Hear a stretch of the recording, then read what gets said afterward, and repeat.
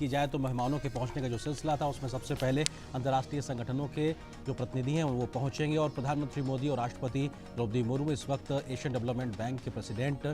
मासातसुगु Asakawa को एक तरीके से वहां पे उन्होंने होस्ट किया, उनका अभिवादन किया है, स्वागत किया और ये रात्रि भोज जो कि राष्ट्रपति के माध्यम से दिया गया है और ये तस्वीरें अपने आप में बताती हैं कि कितना विहंगम और दृश्य है। भारत की बढ़ती झलक को दिखाते हुए तिरंगे की रोशनी में नहाया हुआ भारत मंडपम भारत की सांस्कृतिक विविधता को दर्शन कराता हुआ, इसके अलावा तमाम मेहमानों के आने का सिलसिला लगातार जारी है और ये अंतर्राष्ट्रीय जो संगठन है उनसे जुड़े हुए तमाम मेहमानों का सिलसिला एक तरीके से ये शुरू हो गया, जहां पर प्रधानमंत्री मोदी और राष्ट्रपति द्रौपदी मुर्मू स्वागत कर रहे हैं तमाम मेहमानों का। और वसुधैव कुटुंबकम, one earth one family one future यहाँ साफ तौर पर लिखा हुआ है। फाइनेंशियल स्टेबिलिटी बोर्ड के वित्तीय स्थिरता बोर्ड के अध्यक्ष क्लॉस नॉट अपने आप में इस वक्त तस्वीरों में नजर आ रहे हैं और ये बताता है किस प्रकार से भारत के निमंत्रण पर दुनिया भर की तमाम शक्तियां इस वक्त पहुंची हुई हैं और भारत खुश है अपने मेहमानों का स्वागत करने के लिए और ये सिलसिला लगातार जारी यहाँ पर दिखाई पड़ रहा है और विहंगम तस्वीरें खुशनुमा माहौल के बीच में और ये अपने आप में दिखाता है कि किस तरीके से तमाम लोग इस वक्त पहुंचे हुए हैं। प्रधानमंत्री मोदी और उसके साथ साथ राष्ट्रपति द्रौपदी मुर्मू स्वागत करते हुए तमाम लोगों का, जो लोग इस वक्त वहां पे मेहमान पहुंच रहे हैं और भारत मंडपम अपने आप में पूरी तरीके से तैयार है मेहमानों के स्वागत के लिए और ये स्वागत सत्कार भारत की एक परंपरा का बड़ा हिस्सा है और ये भी अपने आप में दिखाता है किस तरीके से लगातार भारत इस बात से अपनी विविधता का मुजाहिरा भी करता है। मिस्टर लीना जॉर्जिवा यहाँ पर पहुंच चुकी हैं, उनका भी स्वागत किया गया। और जब ये एयरपोर्ट पहुंची थी तो ये भारतीय नृत्य के साथ कहीं ना कहीं अपने आप को आगे जोड़ती नजर आई थी। वो बेहद खूबसूरत तस्वीरें हम लोगों ने इंटरनेशनल एयरपोर्ट से भी देखी थी जब क्रिस्टलिना जॉर्जिवा जो कि IMF की मैनेजिंग डायरेक्टर हैं वो पहुंची थी। वो स्वागत से अभिभूत नजर आई थी और भारतीयता का जो एक तरीके से प्रदर्शनी वहां पे थी उससे वो अभिभूत थी और उसके साथ खुद को जोड़ने से वो रोक नहीं पाई थी ऋतु, और वो अपने आप में एक बेहद खूबसूरत सी तस्वीरें थी और निश्चित तौर से ये रोशनी इस बात को इशारा करती है कि भारत न सिर्फ खुद को रोशन कर रहा है बल्कि दुनिया को रोशन करने के लिए तैयार और तत्पर नजर आ रहा है। बढ़ती हुई ये रोशनी, सतरंगी रोशनी सबको समाहित करने का संकेत और संदेश भी देती है कि किस तरीके से भारत सबके साथ समावेशित विकास को लेकर आगे बढ़ने की बात कर रहा है। ऋतु, आप जिस बात का जिक्र कर रही थी, अफ्रीकी नेशंस को G20 में स्थायी सदस्य के तौर पर शामिल करना, सबकी आवाज को मंच देना, ये भारत की सोच है और भारत हमेशा से सबको शामिल करके आगे बढ़ने का विचार को आगे बढ़ाता है। तो निश्चित तौर से ये तस्वीरें भी उस दिशा में आगे बढ़ती हैं जहां पर ये रोशन होता भारत मंडपम और यहां से निकलती रोशनी दुनिया को शायद एक आशा की किरण देगी, तब जबकि तमाम चुनौतियों के बीच में समाधान का व्यवहारिक रास्ता। और यूनाइटेड नेशंस के सेक्रेटरी जनरल एंटोनियो गुटरेस साहब इस वक्त तस्वीरों में आप देख रहे हैं, राष्ट्रपति द्रौपदी मुर्मू, प्रधानमंत्री नरेंद्र मोदी उनका स्वागत इस्तकबाल करते हुए और निश्चित तौर से ये तस्वीरें ऐतिहासिक है भारत मंडपम से। और यूनाइटेड नेशंस के सेक्रेटरी जनरल एंटोनियो गुटरेस पहले भी भारत आ चुके हैं और उन्होंने कई मौकों पे न सिर्फ भारत में बल्कि कई बार वैश्विक मंचों पर भारत में हो रही सामाजिक आर्थिक प्रगति और जिस प्रकार की नीतियां उसकी खुलकर तारीफ की है। 140 करोड़ की जनसंख्या वाले देश में सोशियो इकोनॉमिक पॉलिसीज के माध्यम से बड़ा परिवर्तन लाना, प्रधानमंत्री मोदी के नेतृत्व की जमकर तारीफ वो कई मंच पे कर चुके हैं और एक बार फिर से मौका है भारत अपने मेहमानों का स्वागत करने के लिए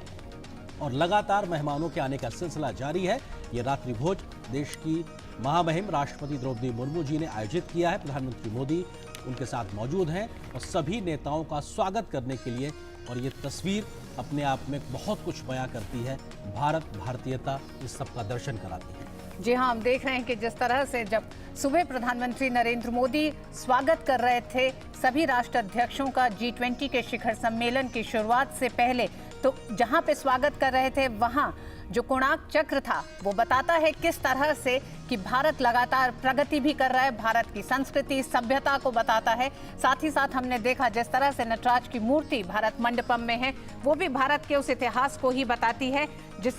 जिसको लेकर भारत न सिर्फ तमाम मंचों पर उसकी ताकत को बताता रहा है, साथ ही साथ ये भी देखा गया है कि भारत किस तरह से इस पूरे आयोजन में भी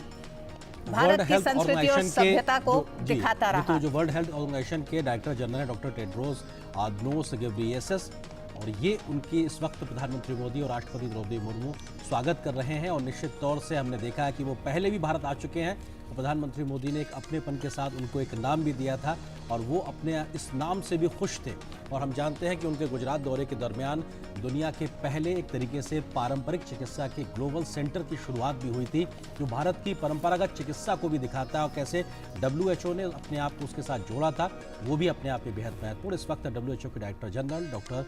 घेब्रेयेसस इस वक्त तस्वीरों में आप देख रहे थे। G20 भारत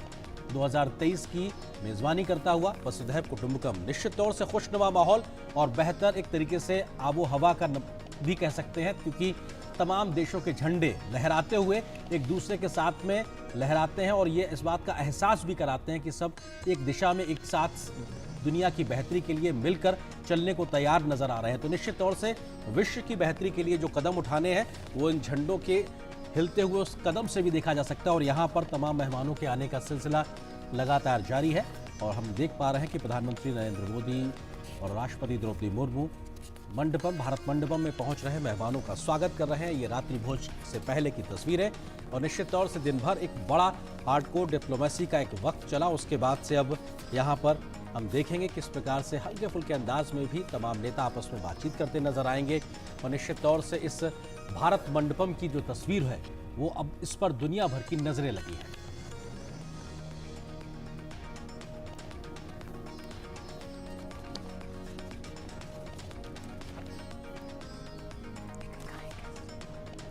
और हमारे साथ में दो खास मेहमान भी इस वक्त जुड़े हुए हैं। संजय भट्टाचार्य जी हैं, पूर्व वरिष्ठ राजनीतिक, इस वक्त हमारे साथ में स्टूडियो में। सर बहुत स्वागत है आपका जुड़ने के लिए। इसके अलावा शुभमोय भट्टाचार्य, वरिष्ठ आर्थिक पत्रकार हैं, वो भी हमारे साथ में जुड़े हुए हैं। आप दोनों का स्वागत है। मिस्टर भट्टाचार्य जी, सबसे पहला सवाल, क्योंकि नए भारत, विकसित हो रहे भारत की ये तस्वीरें अपने आप में बहुत कुछ बयां करती है। इस वक्त तस्वीरों में हम देख सकते हैं जो वर्ल्ड बैंक के प्रेसिडेंट हैं अजय बंगा साहब, जो कि एक तरीके से भारतीय मूल के हैं और उनके द्वारा इस प्रकार की जिम्मेदारी को निभाए जाना अपने स्पाउस के साथ में इस वक्त मौजूद, और राष्ट्रपति द्रौपदी मुर्मू, प्रधानमंत्री मोदी, उनके साथ में मौजूदगी, और ये दिखाता है कि कैसे विश्व की तमाम शक्तियों के प्रतिनिधि इस वक्त हमारे साथ मौजूद जुड़ रहे हैं भारत मंडपम में। जी संजय जी, क्या कहेंगे सर आप इन तस्वीरों को देखकर?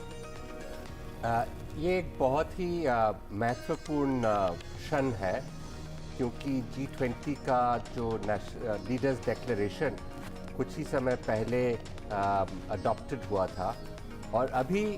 उस डिप्लोमेसी से आगे जाके अपना जो संस्कृति का बात है उसको हम आगे बढ़ाते हैं। आप देखेंगे कि G20 में इस बार अर्थनीतिक, अर्थशास्त्र के अलावा, राजनीतिक के अलावा जो हमारा जो कल्चरल पिलर है उसके ऊपर भी काफ़ी अहम महत्व दिया गया है। और ये एक वैसा ही प्रतीक है जो कि भारत बहुत मशहूर है अपने सिविलाइजेशन के लिए, अपने कल्चर के लिए, और ये एक वैसा मौका है जिसमें हम अपने आए हुए अतिथियों को उसका एक झलक दिखा पाए। बिल्कुल, जिस बात का आप जिक्र कर रहे हैं, भारत मंडपम पूरी तरीके से सजा हुआ है, रोशनी में नहाया हुआ है और ये यहाँ पर मिस्र के राष्ट्रपति अब्देल फतेह अल सीसी, जो कि हमारे भारत की G20 प्रेसिडेंसी में आमंत्रित देशों की श्रेणी में मिस्र के राष्ट्रपति इस वक्त पहुंचे। हम जानते हैं कि मिस्र की कुछ दिनों पहले प्रधानमंत्री मोदी ने यात्रा की थी और उस यात्रा के दरमियान दोनों ही देशों के बीच में संबंधों को आगे बढ़ाने के लिहाज से ये बेहद महत्वपूर्ण मौका था। और कुछ समय में ही तमाम नेताओं की फिर से मुलाकात होना ये बढ़ते हुए संबंधों की गहराई को भी दर्शाता है। सर आप किस तरह से देखते हैं, कम समय में जब नेता एक दूसरे से मिलते हैं तो उसका एक ज़्यादा इम्पैक्ट नजर आता है? भट्टाचार्य जी। प्रेसिडेंट सीसी को देखकर मुझे बेहद खुशी हुई, क्योंकि मैं मिस्र में राजदूत रहा हूँ और हमारे जो संबंध है वो बहुत ही निकट और घनिष्ठ और मजबूत है। अभी कुछ दिन पहले हम लोगों ने उसको एक स्ट्रेटेजिक पार्टनरशिप का भी रूप दिया। मिस्र, सऊदी अरेबिया, एमिरेट्स, जो कि तीन बहुत ही महत्वपूर्ण अरब राज्य के प्रतिनिधि हैं, इस G20 में जब भाग ले रहे हैं। मिस्र एक इनवाइटी के रूप में और एमिरेट्स भी वैसे ही। तो ये हमें ये भी दर्शाता है कि भारत का जो इन इलाकों के साथ बहुत एक पुराना ऐतिहासिक रिलेशनशिप है, जो G20 से काफ़ी पुराना है और जो अपने ग्लोबलाइजेशन का जो किस्सा है उससे भी बहुत पुराना है, और कैसे एक तरफ से बायलैटरल का प्रगति होता है, रीजनल का रिलेशंस बनते हैं, और ग्लोबलाइजेशन की और हम लोग ग्लोबल साउथ का एक वॉइस बन जाते हैं। जी अच्छा, हाँ, ये ये जो तस्वीरें जो हैं, ये तस्वीरें बहुत कुछ कहती हैं। जिस तरह से हम देखते हैं कि जो भारत का एक जो भाव है अतिथियों के प्रति, वो प्रधानमंत्री के उस पूरे एक तरह से अंदाज में दिखाई देता है। बिल्कुल, और ये जो तस्वीरें हैं, क्योंकि हम प्रधानमंत्री और राष्ट्रपति के पीछे देख पा रहे हैं नालंदा की वो तस्वीर है, और ये भी भारत अपने आप से इस बात को दुनिया के सामने रख रहा है कैसे 5 से 12वीं सदी तक लगातार ये ऑपरेशनल था, और लोकतांत्रिक व्यवस्थाओं के माध्यम से, या कहा जाए शैक्षणिक व्यवस्थाओं के माध्यम से समृद्ध भारत की जो एक दुनिया तक एक छवि पहुंची थी, उसका एक बड़ा तरीके से कहा जा सकता है नालंदा उसकी एक प्रतिकृति रहा है। सर, किस तरह से आप देखते हैं, जब ये सिंबॉलिक ही नहीं होता, ये अपने आप में बेहद महत्वपूर्ण होता है, क्योंकि जब आप नालंदा का एक बैकड्रॉप रखते हैं पीछे, आप दुनिया को क्या संदेश दे रहे हैं? ये आप तो जानते होंगे कि नालंदा शायद विश्व का सबसे पुराना यूनिवर्सिटी रह चुका है जी। नालंदा, विक्रमशिल, तक्षशिला, ये ऐसे यूनिवर्सिटीज थे जहाँ पे देश विदेश से पूर्व से चीन, जापान, कोरिया, उस इलाकों से, और फिर पश्चिम से जहाँ की अरब देश अभी हैं, वहाँ से लोग यहाँ पे आते थे अध्ययन के लिए। और उस समय इतना एक कंपटीशन था कि नालंदा में कैसे वो लोग एडमिशन पाए, और उस समय का जो हमारा विज्ञान था, अपना जो फिलॉसफी था, जो हिस्ट्री का जो डायलेक्टिक्स था, उसका जो अध्ययन होता था, वो सारे विश्व में प्रभाव किया हुआ है जी। आज अगर आप देखें कि साउथ ईस्ट एशिया का जो राज्य है, जहाँ पे हिंदू और बौद्ध धर्म का बहुत भारी प्रभाव है, वो ऐसे ही यूनिवर्सिटी से बाहर चल सर, आपको विनम्रता से रुको, क्योंकि जब नालंदा की बात करते हैं, इस इलाके की बात करते हैं, तो भगवान बुद्ध और भगवान महावीर का नाम स्वतः मन में आता है, और भारत ये हमेशा से कहता है ये भगवान बुद्ध का जो शांति का संदेश है वो दुनिया भर में आगे बढ़ाता है। तो विश्व शांति की बात को वैश्विक मंचों पर सबसे मुखरता से रखने वाला देश भारत, अगर वो महावीर भगवान बुद्ध के नालंदा के लोकतांत्रिक व्यवस्थाओं के बैकड्रॉप में खड़े होकर विश्व नेताओं का स्वागत करता है, तो ये अपने आप में बहुत कुछ बयां करता है। और संभवतः मॉरिशस के प्रधानमंत्री इस वक्त मौजूद हैं, जिनका वो स्वागत कर रहे हैं, प्रधानमंत्री मोदी और राष्ट्रपति द्रौपदी मुर्मू जी, और निश्चित तौर से ये तमाम विश्व के नेताओं के आने का सिलसिला लगातार जारी है। जगन्नाथ का स्वागत किया जा रहा है, प्रधानमंत्री नरेंद्र मोदी और राष्ट्रपति द्रौपदी मुर्मू। हमारे साथ में शुभमोय भट्टाचार्य जी भी जुड़े हुए हैं। शुभमोय जी, ये भी बहुत महत्वपूर्ण होता है कि जब आप विश्व नेताओं का स्वागत कर रहे हैं, तो आपके पीछे की जो तस्वीर है वो भी एक बड़ा संदेश देती है कि आप आज नहीं, आप कितने पुराने विश्वगुरु रहे हैं, आपने दुनिया को क्या कुछ दिया है। लोकतांत्रिक व्यवस्थाएं आपकी आज की नहीं है, दुनिया में कितनी सदियों पुरानी है। शुभमोय जी। हाँ बिल्कुल, और साथ में आपकी जो प्रतिष्ठा वो सिर्फ आज ही से नहीं बनता है, वो आपके पुराने चाल चलन वगैरह सब कुछ से बनता है। और ये बहुत बड़ा चीज़ है कि भारतीय सभ्यता, भारतीय संस्कृति, जिसमें हम लाइफ का, हम खासकर जो उसका जिक्र G20 डिक्लेरेशन में किया गया है, ये लाइफ भारतीय व्यवस्था से कुछ अच्छी तरह से जुड़ा हुआ है कि एनवायरनमेंट, पॉजिटिव एनवायरनमेंट के साथ सस्टेनेबिलिटी मान के हम जो चलते हैं, उनका पूरा कनेक्शन इसी हमारे, यही हमारा धरोहर है। और ये एक बहुत बड़ा चीज़ है जिसको हमने इस बारी सामने रखने में सक्षम हुए हैं। और ये बहुत बड़ा, आप जैसे कनेक्शन कर रहे थे कि आप पुरानी सभ्यता के साथ नई सभ्यता, नई ऊर्जा, दोनों का मिश्रण एक बहुत बड़ा पहलू होगा।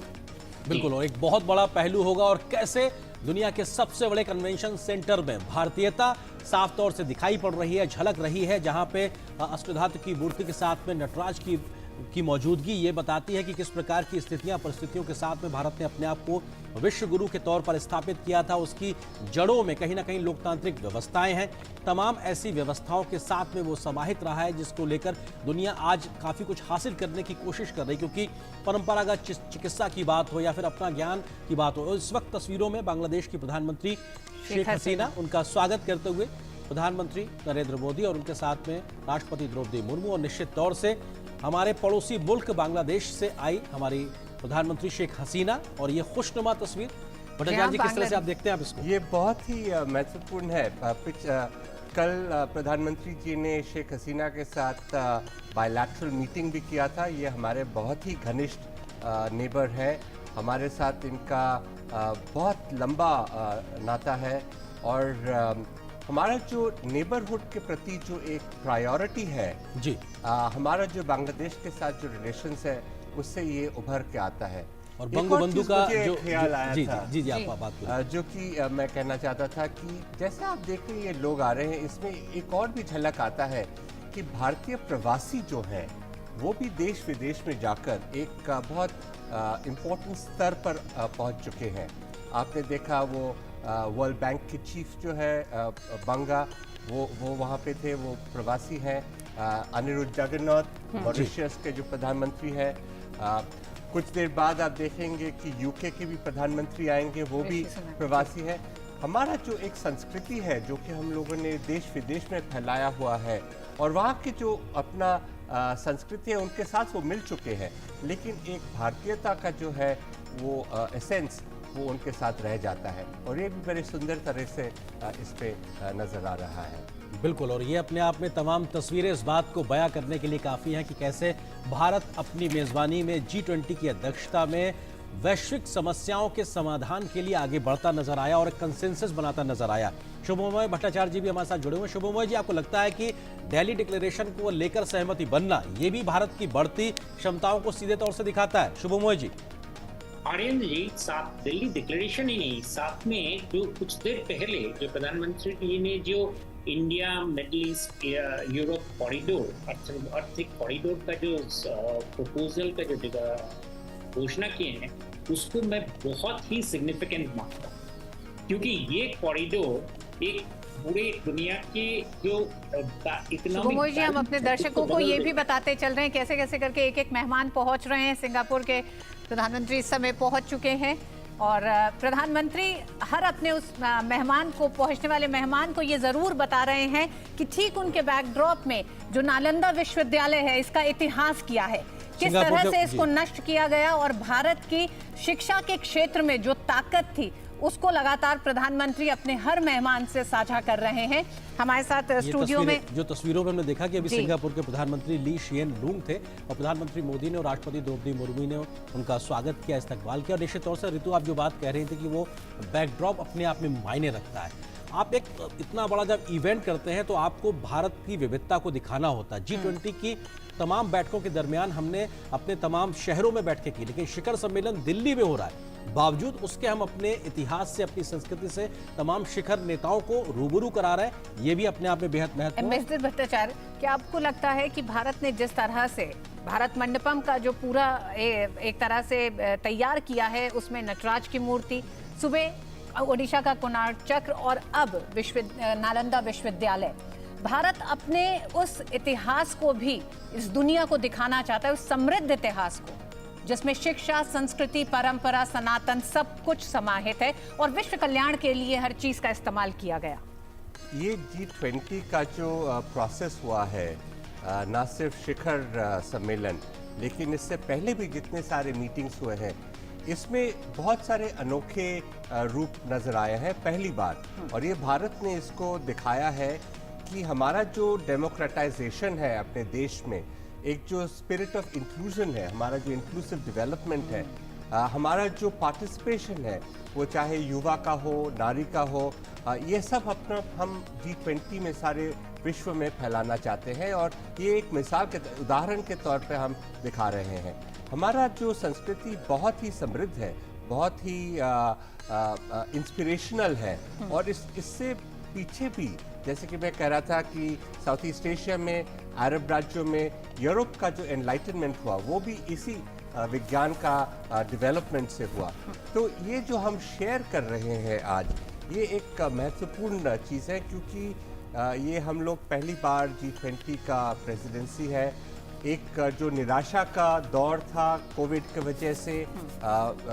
इकोनॉमिक सिचुएशन में डाउनटर्न के वजह से प्रगतिशील देशों में, उसमें हम एक होप की आशा, एक आशा का एक किरण दिखा रहे हैं और इसमें ये सब बहुत महत्व रखते हैं। हमारा जो प्राचीन संस्कृति है, हमारा जो हमारा एम्पावर्ड जो सिटीजन्स है, हमारा जो एस्पिरेशंस है, और उसको हम कैसे एक ग्लोबलाइज्ड वर्ल्ड, एक ग्लोबल साउथ का एक वॉइस की तरह हम लोग डेवलप करें, ये बहुत प्रभावशाली रहेगा। बिल्कुल, ये बहुत प्रभावशाली है और बदलते भारत जी भी हमारे साथ में जुड़े हुए हैं। शुभमोय जी, आप India middle east European union corridor का जिक्र कर रहे थे। ये एक महज फिजिकल कॉरिडोर नहीं होगा, बल्कि कनेक्टिविटी के बढ़ाने के लिहाज से, संबंधों को भी, पीपल टू पीपल कॉन्टेक्ट को बढ़ाने के लिहाज से भी एक बड़ा एक परिवर्तन लेकर आने जा रहा है। शुभमोय जी, बिल्कुल, और इसको अगर आप हर पहलू में देखें, ये वाला जो कॉरिडोर जिसकी बातें हुई है, ये मैं इसीलिए कह रहा हूँ क्योंकि इसमें मेजबान भारत, साथ में सऊदी अरेबिया, अमेरिका राष्ट्रपति जो बाइडेन, तीनों का प्रेजेंस में ये कॉरिडोर का अनाउंसमेंट एक और दूसरा किसी प्रोजेक्ट से कहीं ज्यादा है, क्योंकि इसमें एक इकोनॉमिक अलायंस का, आपने कहा, बिल्कुल कहा कि लोगों को साथ में आने का ये भाव विनिमय, कल्चर वगैरह बहुत सारी चीजों का, और उसके पूरे सबके पीछे सशक्त एक आर्थिक बुनियाद जो कनेक्टिविटी का जो तैयार हो रहा है, ये इसके जो हर स्टेप्स हैं वो आने वाले दिनों में हमको दिखेंगे। और मैं समझता हूँ क्योंकि इसके पहले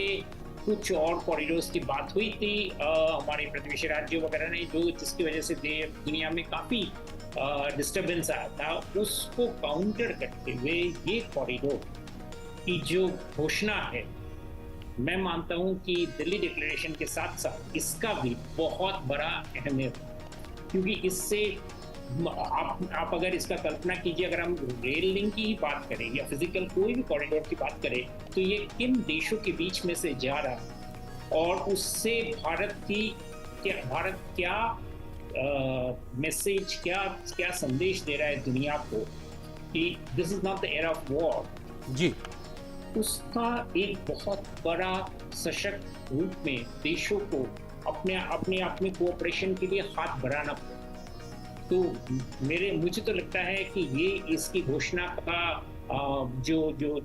हर स्टेप्स होंगे, इसके हर बिंदु में इतने सारे इन्वेस्टमेंट्स वगैरह के छवि आएंगे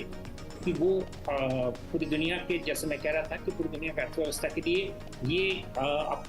अभी थोड़ी देर पहले संजय जी बोल रहे थे कि इस पूरे हताशा का जो एक माहौल था, उसको बदलने में ये बहुत बड़ा कामगार कदम सिद्ध हुआ। जी बिल्कुल, और मेहमानों के आने का सिलसिला लगातार जारी है और ये आप देख सकते हैं कि भारत मंडपम में रात्रि भोज के आयोजन के समय प्रधानमंत्री मोदी और राष्ट्रपति द्रौपदी मुर्मू विश्व नेताओं का स्वागत करते हुए, और ये एक मौका है भारत की समृद्ध विरासत के साथ भी रूबरू कराने का। परिचय सिर्फ उस लिहाज से नहीं जहां पे दो देशों के नेता मिल रहे हैं, बल्कि दो देशों की संस्कृतियों को भी आपस में जोड़ने के लिहाज से बेहद महत्वपूर्ण। और वसुधैव कुटुंबकम का पीछे लिखा हुआ मंत्र अपने आप में बहुत कुछ बयां करता है। मिस्टर भट्टाचार्य जी, आपको लगता है कि अफ्रीकन यूनियन को एक स्थायी सदस्य के तौर पे भारत की प्रेसिडेंसी में शामिल कराना एक इतिहास लिखा गया, क्योंकि भारत की ये प्रयास था, और एक यूनियन आप भले ही कह दें, लेकिन वो 54-55 देश हैं और कितनी बड़ी आबादी है, उसको एक ऐसा मंच देना जहां पे वो विश्व के साथ में बैठ के बात रख सकता है। आपको लगता है कि इंक्लूसिव ग्रोथ की जब बात की जाती है या सबकी बात को मंच देने की जब बात भारत करता है, उसका एक उदाहरण या जीवंत उदाहरण आज देखने को मिला, इतिहास लिखा गया? ये G20 दो चीज़ के लिए बहुत महत्वपूर्ण रहेंगे। पहला ये है कि ये एक डेमोक्रेटिक इंक्लूसिव अप्रोच रहा है। जैसे कि हम लोग जब आमंत्रण किया देशों को, हम लोगों ने 9 इमर्जिंग देश, अपने नेबरिंग कंट्रीज़ को आमंत्रण किया G20 के मीटिंग्स में भाग लेने के लिए। और अब ये जो अफ्रीकन यूनियन का जो परमानेंट इंक्लूजन हुआ है G20 में, ये सबसे महत्वपूर्ण है, क्योंकि अफ्रीका एक ऐसा कॉन्टिनेंट है जो कि एक्चुअली हमारे विश्व का भविष्य के लिए बहुत इम्पोर्टेंट है। और अफ्रीका ये ऐसा भी कॉन्टिनेंट है जो कि सबसे निग्लेक्टेड है। तो हमारे भारत के नेतृत्व में जो अफ्रीकन यूनियन को इस संगठन में शामिल करना, मेरे ख्याल में ना सिर्फ G20 के लिए, ना सिर्फ अफ्रीकन यूनियन के लिए, लेकिन हमारे विश्व के भविष्य के लिए बहुत महत्वपूर्ण है। जी शुभमोय जी, आपको लगता है कि अफ्रीका कॉन्टिनेंट में भारत की देर से पहुंचने की बात को लेकर या कुछ अन्य देशों की पहले पहुंचने की बात को लेकर कई प्रकार की चर्चाएं लगातार होती रही, लेकिन भारत के इस प्रयास से आपको लगता है कि भारत की मौजूदगी पूरे कॉन्टिनेंट में एक और मजबूती के साथ अब देखने को मिलेगी, एक बदले हुए परिदृश्य में देखने को मिलेगी? खासकर अभी इसके कुछ दिनों पहले प्रधानमंत्री मोदी जी ने दक्षिण बोल के एक नया आयाम का घोषणा किए थे, जिसमें उन्होंने बताया था कि वो किस तरीके से ग्लोबल साउथ के जो देश हैं उनके बीच में आपसी तालमेल, आपसी नॉलेज शेयरिंग का जो एक माहौल तैयार होगा, उसका कैसा रूपरेखा वो चाहते हैं। और उसके साथ अगर आप देखें कि अफ्रीकन यूनियन को G20 में शामिल करने से वो सारी चीज़ें एक साथ होते हैं कि यानी कि ये कोई जिसे कहते हैं लेंडर और बोरोवर का रिलेशनशिप नहीं है, ये डेवलपमेंट कॉम्पैक्ट, यानी कि सारे देश एक साथ में अपने अपने शक्ति को पूरा इस्तेमाल करते हुए आगे चले। जैसे दिल्ली डिक्लेरेशन में एक बहुत बड़ा इंपॉर्टेंट स्टेटमेंट जो दिया गया उसमें कि चॉइस ये नहीं होना चाहिए कि क्लाइमेट के वो जूझने के लिए देश गरीबी और क्लाइमेट फाइट के बीच में फंस जाए, बल्कि ये कि उनके डेवलपमेंट में हम बाकी सारे देश साथी बने, उनके साथ जुटाएं। ये सारे कंसेप्ट्स जो हैं ये वन वर्ल्ड वन फैमिली का एक जैसे कि क्रियान्वयन करने का एक बहुत बड़ा अहम कदम है। तो इसके लिए जो जिसका जिक्र कर रहे थे कि अफ्रीकन यूनियन को साथ में लाने का और उनकी जो ज़रूरत है उनको हाई टेबल में सामने लाने का ये बहुत बड़ा स्टेप है। एक चीज़ की तरफ मैं आपका ध्यान इसमें आकर्षित करूंगा कि बहुत बार कहा जाता है कि G20 और UN के बीच में क्या संबंध है, पारस्परिक संबंध है। G20 का महत्व इसमें है कि G20 में दुनिया के सबसे बड़े देश जो हैं 19 देश अभी अफ्रीका यूनियन जुड़ गए हैं, जो 19 सबसे बड़े देश हैं, ये एक साथ में इनके लीडर्स एक साथ में बैठ के बात करते हैं हर साल। तो इनकी जो डिसीजंस होते हैं, इनकी जो पारस्परिक जो संबंध होते हैं वो काफी सिग्निफिकेंट होता है। और इसीलिए ये चीज यूनाइटेड नेशन से काफी थोड़ा बहुत हटके है मैं कहूँगा, क्योंकि यूनाइटेड नेशंस में इस तरीके से, हालांकि सोचा ये गया था कि यूनाइटेड नेशंस में बहुत सारे लोग आएंगे, सारे लीडर्स आएंगे, एक साथ में बैठेंगे, लेकिन वो हो नहीं पा रहा है बहुत सारे वजह से। लेकिन ये यहाँ पे जो फास्ट डिसीजन मेकिंग का एक जो परंपरा शुरू हुआ है और हर बारी क्राइसिस में 2008 से लेकर हम देख रहे हैं जी कि G20 एक निर्णायक के रूप से सामने आ रहा है दुनिया में, अर्थव्यवस्था को, दूसरी सारी चीज़ों को, कोविड के समय में जैसे हेल्थ इमरजेंसी को संभालने के लिए, या उसके बाद जैसे अभी ये जो रशिया यूक्रेन वॉर हुआ वहाँ पे दिशा देने के लिए इस बारी के डिक्लेरेशन में ये सब चीज़ें बहुत मायने रखती हैं। मैं खासकर आपका आकर्षित करूंगा कि इस बारी का जो डिक्लेरेशन है उस डिक्लेरेशन में कोई फुटनोट या कोई अपेंडिक्स डिसेंटिंग नोट्स नहीं है। ये एक बहुत बड़ा चीज है इस बारी दुनिया में। जी, ये आप बहुत महत्वपूर्ण बात करें, डिसेंडिंग नोट्स नहीं है और कंसेंसस भारत के निगोशिएशन कैपेबिलिटीज को भी दिखाता है कि तमाम डिफरेंसेस के बाद भी प्रधानमंत्री ने कहा ना कि ग्लोबल डिस्ट्रस्ट वाली एक तरीके से स्थिति आती है जहां पर विश्वास की कमी देखने को मिलती है, लेकिन ग्लोबल ट्रस्ट डेफिसिट की जो उन्होंने बात की उसको दूर करने की जो बात की जा रही है। एम्बेसडर भट्टाचार्य, हम देखते हैं मल्टीलैटरल फोरम्स जब होते हैं और पिछले कुछ दिनों में बदलती जियोपॉलिटिक्स के तहत हमने देखा कि उनकी प्रासंगिकता पे भी सवाल हो रहा है, साथ ही साथ वो कुछ बहुत बड़े निर्णय लेने की तरफ कुछ अड़चन दिखाई दे रहे हैं, जिसका कारण बन रहा है जियोपॉलिटिक्स। आज ऐसे समय जब वैश्विक अर्थव्यवस्था पर एक संकट है, तमाम देश बहुत सारी आर्थिक चुनौतियों से जूझ रहे हैं, ऐसे में अगर भारत G20 के पहले दिन कुछ बड़े मकसद निकालने में कामयाब हो जाता है तो इसे आप क्या मानते हैं? देखिए, मल्टीलैटरल इंस्टीट्यूशंस जो है आज के दिन पे वो ज़्यादातर जो UN और उसके बॉडीज़ हैं वो दूसरे महायुद्ध के बाद बने हुए थे और वो 20वीं सदी के जो परिस्थिति थे उसके अनुसार बनाए गए थे। आज 21वीं सदी में हालात बहुत बदल चुके हैं। ग्लोबल साउथ का एक बहुत अहम रोल बन चुका है। इमर्जिंग नेशंस जो है जैसे कि इंडिया, इनका रोल ग्लोबलाइजेशन में और ग्लोबल डिसीजन मेकिंग में बहुत बढ़ चुका है। लेकिन वो मल्टीलैटरल प्लेटफॉर्म का जो डिसीजन मेकिंग है, चाहे वो यूएन हो या वर्ल्ड बैंक, आईएमएफ हो, उस पर पूरी तरह से रिफ्लेक्टेड नहीं है। इसीलिए हम लोग बहुत दिन से कह रहे थे कि उनमें भी रिफॉर्म्स लाने की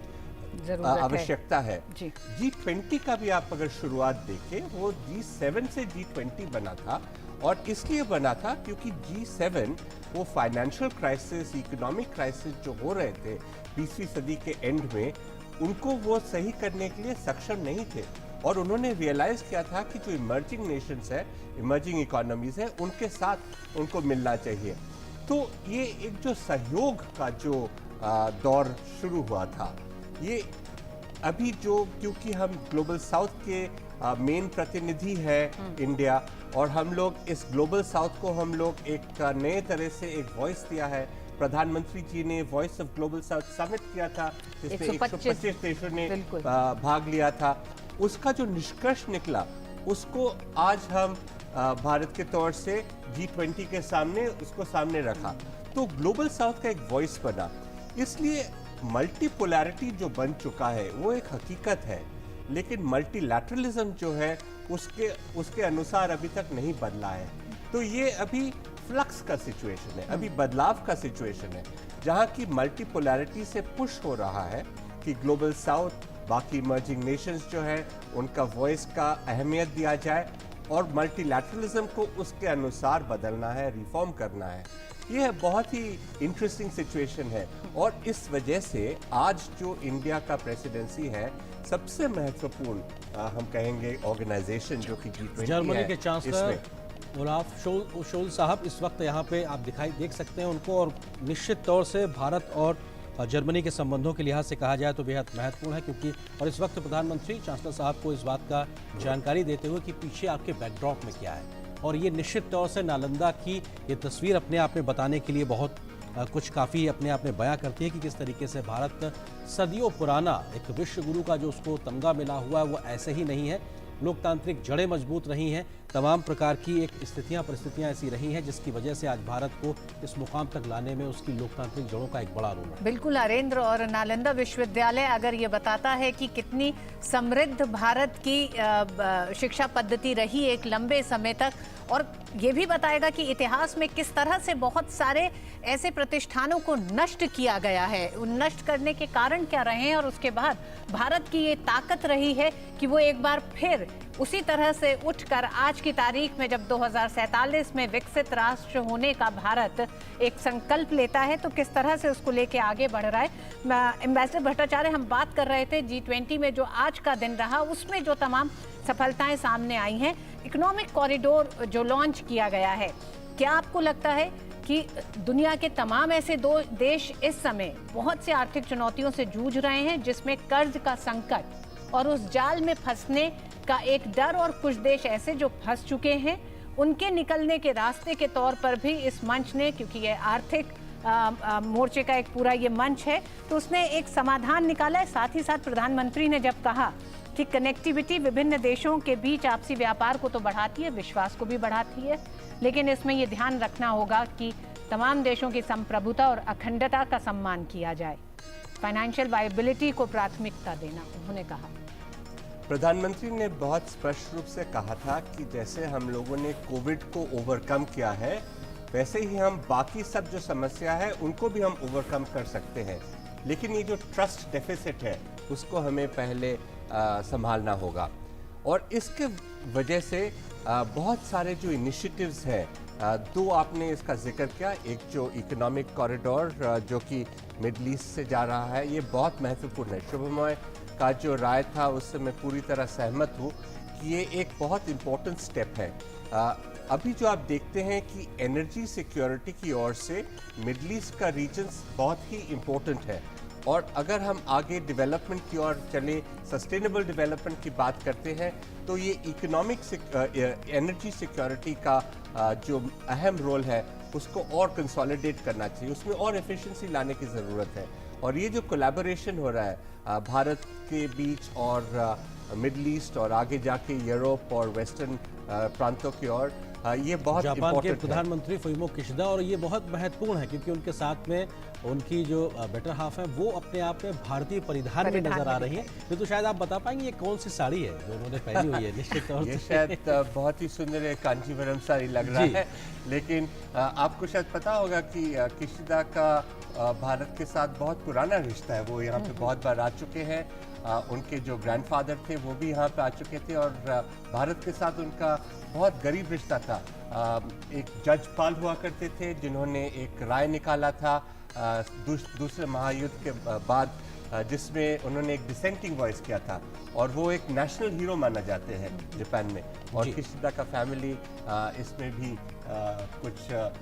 बेनिफिशियरी है। वो भारत के साथ और प्रधानमंत्री के साथ उनका बहुत ही पर्सनल रिलेशनशिप है। सर ये जो तस्वीर थी, हाँ, जो सुबह का जब मतलब वो जो पूरा माहौल था जिसमें बड़े सख्त और बड़े फैसले लेने थे, बड़ी वैश्विक चुनौतियां थी, लेकिन अब ये जो दृश्य हमें लगातार दिखाई दे रहे हैं, हमने कई राष्ट्राध्यक्षों और उनके साथ उनकी स्पाउसेस को देखा कि वो भारतीय परिधानों में दिखाई दे रही हैं, और ये जो एक अंदाज इस समय का है कितना महत्वपूर्ण होता है ऐसे मंचों पर जब अंतर्राष्ट्रीय इस तरह के समिट होते हैं, सम्मेलन होते हैं, उसमें इस शाम के इस रात्रि भोज की क्या भूमिका रहती है? आपने देखा होगा बहुत लोग नमस्ते भी कर रहे हैं जी। ये कोविड के दौरान हैंडशेक से नमस्ते का शिफ्ट जो है बहुत ही प्रोनाउंस्ड था, और इंटरनेशनल गैदरिंग्स में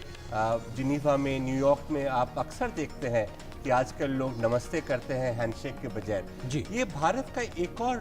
दान है, क्योंकि हमारा जो एक सभ्यता है उसको हम जैसे ही शेयर करते हैं बाकी लोगों से, वो उससे प्रभावित होते हैं। चाहे वो योग हो या आयुर्वेद, चाहे वो नमस्ते हो या अपना जो फिलॉसफी हो। हम कहेंगे कि आज का जो चर्चा हुआ दिन भर, जिसमें आप कह सकते हैं कि हाँ टफ नेगोशिएशंस था, लेकिन एक जो सहयोग का जो स्पिरिट था वो बहुत स्पष्ट नज़र आया, और हमने देखा कि सब ने मिलकर एक बहुत ही शानदार डिक्लेरेशन का घोषणा किया है। और उसके बाद ये अभी एक क्या कहते हैं कि रिजॉइस करने का समय है जी। और भारत अपने सही रूप से इसका एक अनुभव दे रहे हैं। दिन भर की हार्डकोर डिप्लोमेसी के बाद में शाम को एंजॉय करने का वक्त है, ये बहुत महत्वपूर्ण बात करें। शुभमोय भट्टाचार्य जी भी हमारे साथ जुड़े हुए। शुभमोय जी, सस्टेनेबल डेवलपमेंट गोल्स को लेकर भी दिल्ली डिक्लेरेशन में साफ तौर से बात कही गई। आपको लगता है कि 2030 के जिस लक्ष्य को लेकर दुनिया चल रही है उसमें हम काफी पीछे चल रहे हैं, हमसे मतलब दुनिया की हम बात कर रहे हैं, ऐसे में एक बार फिर से विश्व मंच से इस बात को रेखांकित किया जाना भारत की ओर से और ज्यादा पुरजोर तरीके से उस बात को रखना, आपको लगता है कि दुनिया की प्राथमिकताओं में इस दिशा में और तेजी से कदम आगे बढ़ते नजर आएंगे? क्योंकि भारत का ट्रैक रिकॉर्ड इस दिशा में बहुत बेहतर है तमाम अन्य इवन विकसित देशों के माध्यम से भी अगर बात की जाए तो। बिल्कुल, और अब देखेंगे दिल्ली डिक्लेरेशन में कई अहम पैराग्राफ्स सस्टेनेबल डेवलपमेंट गोल्स के बारे में जिक्र करता है, और साथ में चिंता भी जताता है कि हम मध्य अभी 2030 पहुंचने में 2023 में पहुंच गए हैं, यानी almost middle of the decade है। और मैं उसी डिक्लेरेशन से ही पढ़ रहा हूँ, और जिसमें चिंता जाहिर किया गया है कि अभी भी एसडीजी के बहुत सारे गोल्स में आशानुरूप प्रोग्रेस नहीं हुआ। ये एक साधारण इस तरह के डॉक्यूमेंट्स में इस तरह के चिंता का बयान इस तरीके से नहीं किया जाता है, लेकिन ये करना, और फिर से वही बात है कि ये G20 का प्लेटफॉर्म है जहाँ पे this sort of the highest decision making body दुनिया में, तो इसके तरफ से ये चिंता जताना एक अपने आप ही दर्शाता है कि इसको कितना प्रमुखता दिया गया है, इसको कितना आगे अग्रसर होने के लिए कितने सारे स्टेप्स लिए गए हैं। इसलिए अगर आप देखेंगे कि आगे ये डिक्लेरेशन के चलते बहुत सारे पैराग्राफ्स में सस्टेनेबल डेवलपमेंट के जो पहलू हैं, सस्टेनेबल डेवलपमेंट गोल्स के जो टारगेट्स हैं, जो जिन देशों जिस एजेंसीज को काम करना है उन पर जोर दिया गया है, उन पर आग्रह किया गया है कि वो अपना काम को और आगे बढ़ाए और फुर्ती से काम करे, ताकि सस्टेनेबल डेवलपमेंट गोल्स के जो टारगेट्स हैं, और खासकर वो इतना ज़रूरी है क्लाइमेट चेंज के समय में कि एक तरफ तो क्लाइमेट चेंज के चलते ही बहुत सारे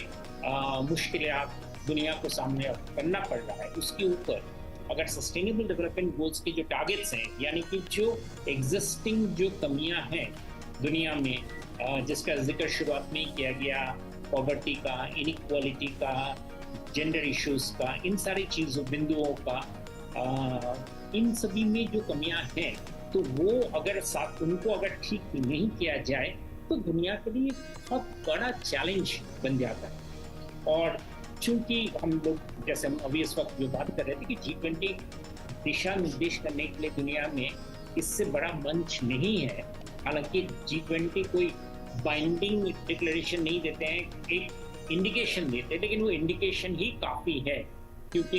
इंडिकेशन अगर महत्वपूर्ण नहीं होते तो इन सारे देशों के जो लीडर्स हैं वो इस तरह के मंच पे अपने साथ खुद नहीं आते। तो ये कहना कि सस्टेनेबल डेवलपमेंट गोल्स के जो टारगेट्स हैं उन पर दुनिया कुछ हद तक भटक गया है, और ये सारे शब्द उसमें इस्तेमाल किया गया है कि वी हैव स्ट्रेड, ये सारे शब्द ये बताता है कि इसको कितना गंभीरता से इसको लिया गया, कितना इस बारे में सोचा गया है, और कितना इस पर अमल करने के लिए दुनिया के देशों को किस तरह के कदम उठाने चाहिए, उन पर ध्यान दिया गया है। मैं कहूँगा कि ये बहुत बड़ा डायरेक्शन है, फाइंडर है दुनिया के लिए, क्योंकि इन सभी चीज़ों पर कुछ जैसे कहते हैं जो इमीडिएट ज़रूरतें थी, जो इमीडिएट जो प्रॉब्लम्स थे पिछले कई सालों के, उनके चलते इन सभी चीज़ों से जो इन तरफ जो प्रगति है उसका जोर काफ़ी कम हो गया है।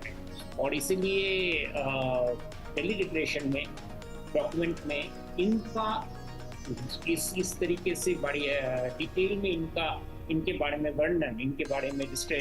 में क्या क्या कदम उठाने चाहिए, उसका प्रिस्क्रिप्शन, इन सारी चीज़ बहुत ज़रूरी है। एक्चुअली मैं ये कहूँगा कि दिल्ली डिक्लेरेशन की ये इस बारे के जो डॉक्यूमेंट है वो अपने आप में काफ़ी सिग्निफिकेंट डॉक्यूमेंट है दुनिया के लिए। संजय भी जिसका जिक्र कर रहे थे कि इस बार का जो डॉक्यूमेंट है वो डॉक्यूमेंट ये बताता है कि बहुत सारे शॉर्ट स्टेप्स के बाद, पहले काफ़ी सालों बाद एक दुनिया को फिर से एक डायरेक्शन फाइंडर के हिसाब से ये डॉक्यूमेंट सामने आया। ये सिर्फ एक देश या दूसरे देश का। रूस के विदेश मंत्री सर्गेई लावरोव इस वक्त तस्वीरों में नजर आ रहे हैं, जहां पर प्रधानमंत्री मोदी उनका स्वागत करते हुए। निश्चित तौर से हम जानते हैं कि रूस के राष्ट्रपति इसमें शामिल नहीं हो रहे, उनके माध्यम से ये फैसला लिया गया था, लेकिन विदेश मंत्री के तौर पर सर्गेई लावरोव इस वक्त तस्वीरों में आपको नजर आ रहे हैं। हमने देखा था कई अन्य वैश्विक मंचों पर भी, ब्रिक्स में भी राष्ट्रपति पुतिन की जगह वहां पर लावरोव साहब ही मौजूद थे। शुभमोय जी, आपकी बात को पूरा करें। हाँ, तो इस SDG का जो डिस्क्रिप्शन,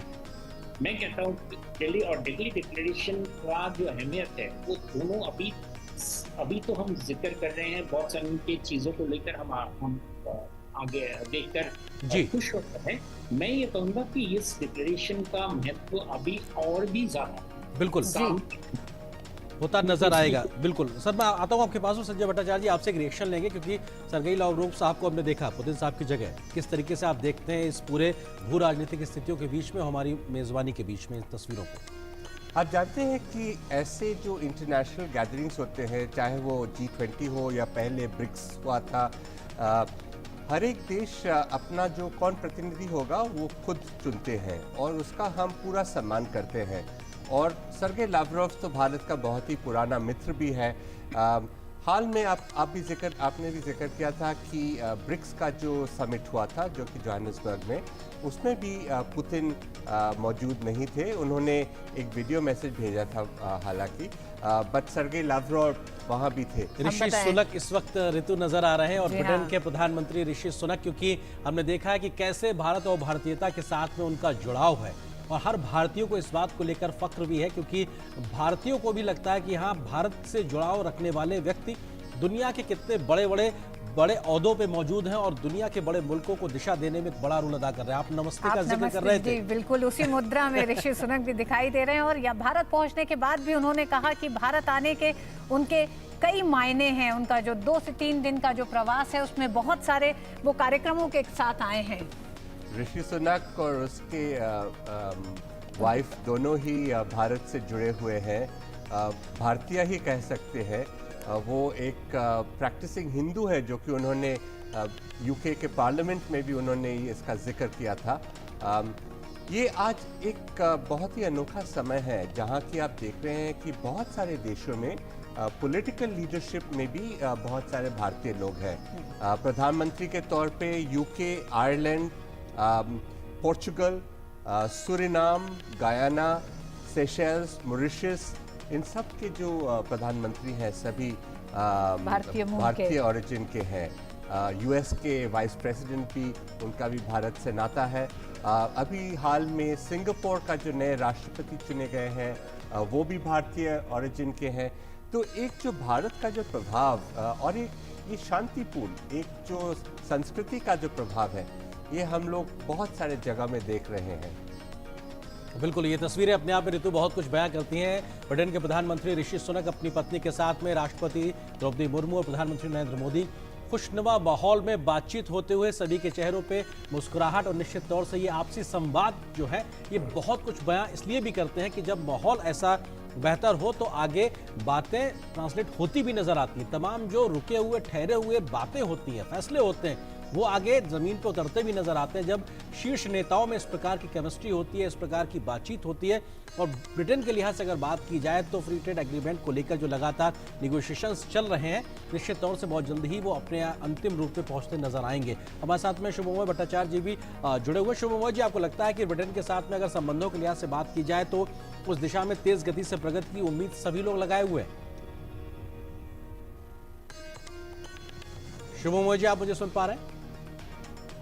एम्बेसडर संजय, ये तस्वीरें तो बता रही हैं भारत ने G20 से विमेन लेड डेवलपमेंट की भी बात की है। क्या आपको लगता है कि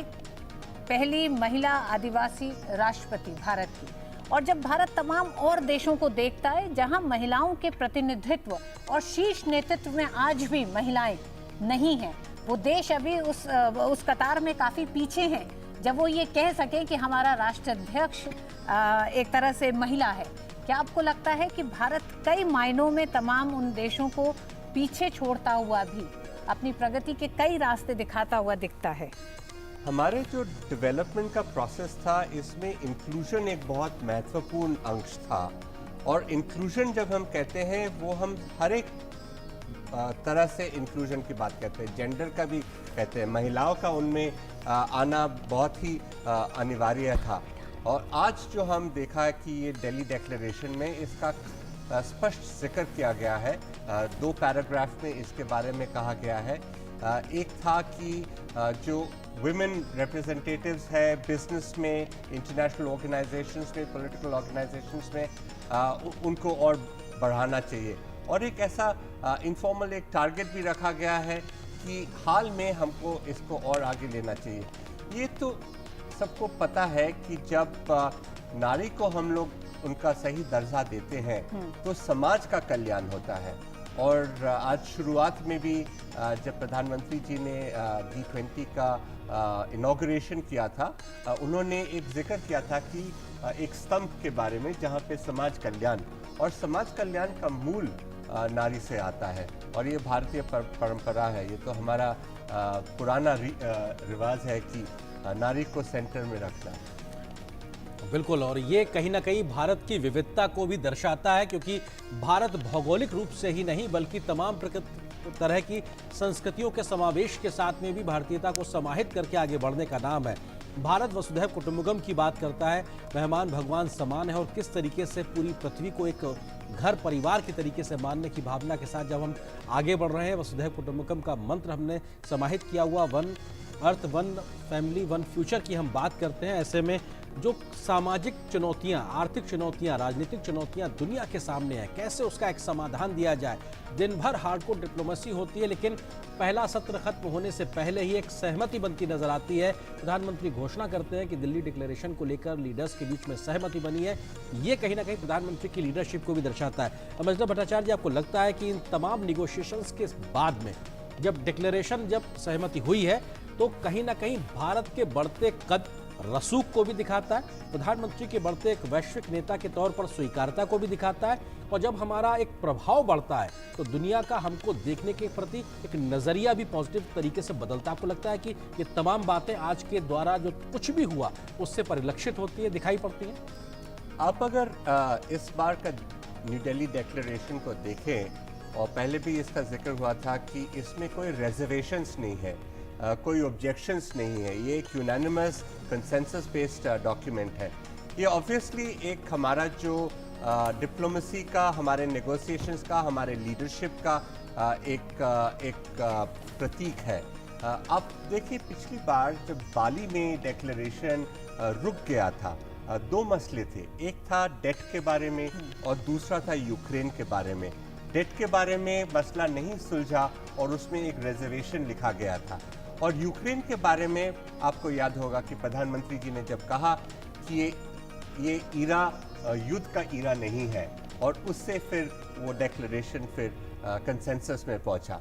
इस बार भी आप कह सकते हैं कि हमारा जो भारत का जो नेतृत्व है उसके वजह से ये प्रभाव आया G20 के बाकी मेंबर्स पर, कि एक दिल्ली डिक्लेरेशन को फॉरवर्ड लुकिंग, एक होपफुल आशा का ये इंडोनेशिया के राष्ट्रपति जोको विडोडो साहब इस वक्त यहाँ मौजूद है, क्योंकि प्रधानमंत्री अभी आसियान देशों में पहुंचे थे, और वहाँ पर इंडोनेशिया क्योंकि आसियान का चेयर था, तो प्रधानमंत्री मोदी का स्वागत किया गया था। आसियान इंडिया शिखर सम्मेलन हुआ, उसके बाद में ईस्ट एशिया शिखर सम्मेलन की मेज़बानी इंडोनेशिया ने की थी। प्रधानमंत्री मोदी इतने व्यस्त कार्यक्रम के बीच में भी समय निकाल के पहुंचे थे, और उसके बाद वहां से वापस आए अब तमाम मेहमानों की मेज़बानी करने के लिए। संजय भट्टाचार्य जी, आप हमारे साथ जुड़े, बहुत बहुत शुक्रिया आपका हमारे साथ जुड़ने के लिए, वक्त साझा करने के लिए। लेकिन इस बीच में एम्बेसडर राजीव कुमार भाटिया जी भी हमारे साथ में जुड़ गए हैं, खास मेहमान। सर, बहुत स्वागत है मिस्टर भाटिया आपका हमारे साथ जुड़ने के लिए। ये तस्वीरें लगातार जो आगे बढ़ती दिखाई पड़ रही है, मेहमानों के आने का सिलसिला और इंडोनेशिया के राष्ट्रपति की मौजूदगी, भारत आसियान संबंध, अभी हाल में ही प्रधानमंत्री की यात्रा, ये भी हमारे लिए एक बड़ा लुक ईस्ट की से आगे बढ़ते हुए एक्ट ईस्ट की पॉलिसी को दिखाता है। मिस्टर भाटिया। जी हाँ, ये आपने जो इस समय बात की है मुख्य रूप से G20 की, मगर साथ ही साथ आप उसमें बीच में हमारे दक्षिणी पूर्व एशिया में जो प्रधानमंत्री की यात्रा हुई थी उसके बारे में ले आए। बड़ा अच्छा किया है, क्योंकि देखा जाए तो पिछले 10-12 दिनों में इस समय जो पॉलिटिकल लीडरशिप का और इंडियन डिप्लोमेसी का जो स्पेक्ट्रम पूरा का पूरा क्षेत्र देखने को मिला है, वो वास्तव में सराहनीय है। सबसे पहले ये यात्रा शुरू हुई ब्रिक्स में, जहाँ पर प्रधानमंत्री जी गए और वहाँ पर बड़े अहम फैसले लिए गए, खासतौर से ब्रिक्स को एक्सपेंड करने का, यानी उसको बढ़ाने का। उसके पश्चात, जैसा आपने स्वयं कहा, दूसरी बार ये बहुत ही सराहनीय बात रही और दक्षिण पूर्व एशिया के देशों को बहुत अच्छा लगा कि अपने घर में इतनी बड़ा सम्मेलन होने जा रहा था 9 और 10 को, फिर भी प्रधानमंत्री 7 तारीख को 24 घंटे की तकरीबन यात्रा करते हुए जकार्ता पहुंचे, और वहाँ पर भी उन्होंने एक महत्वपूर्ण भूमिका निभाई। और उसके पश्चात अब जब यहाँ पर आए,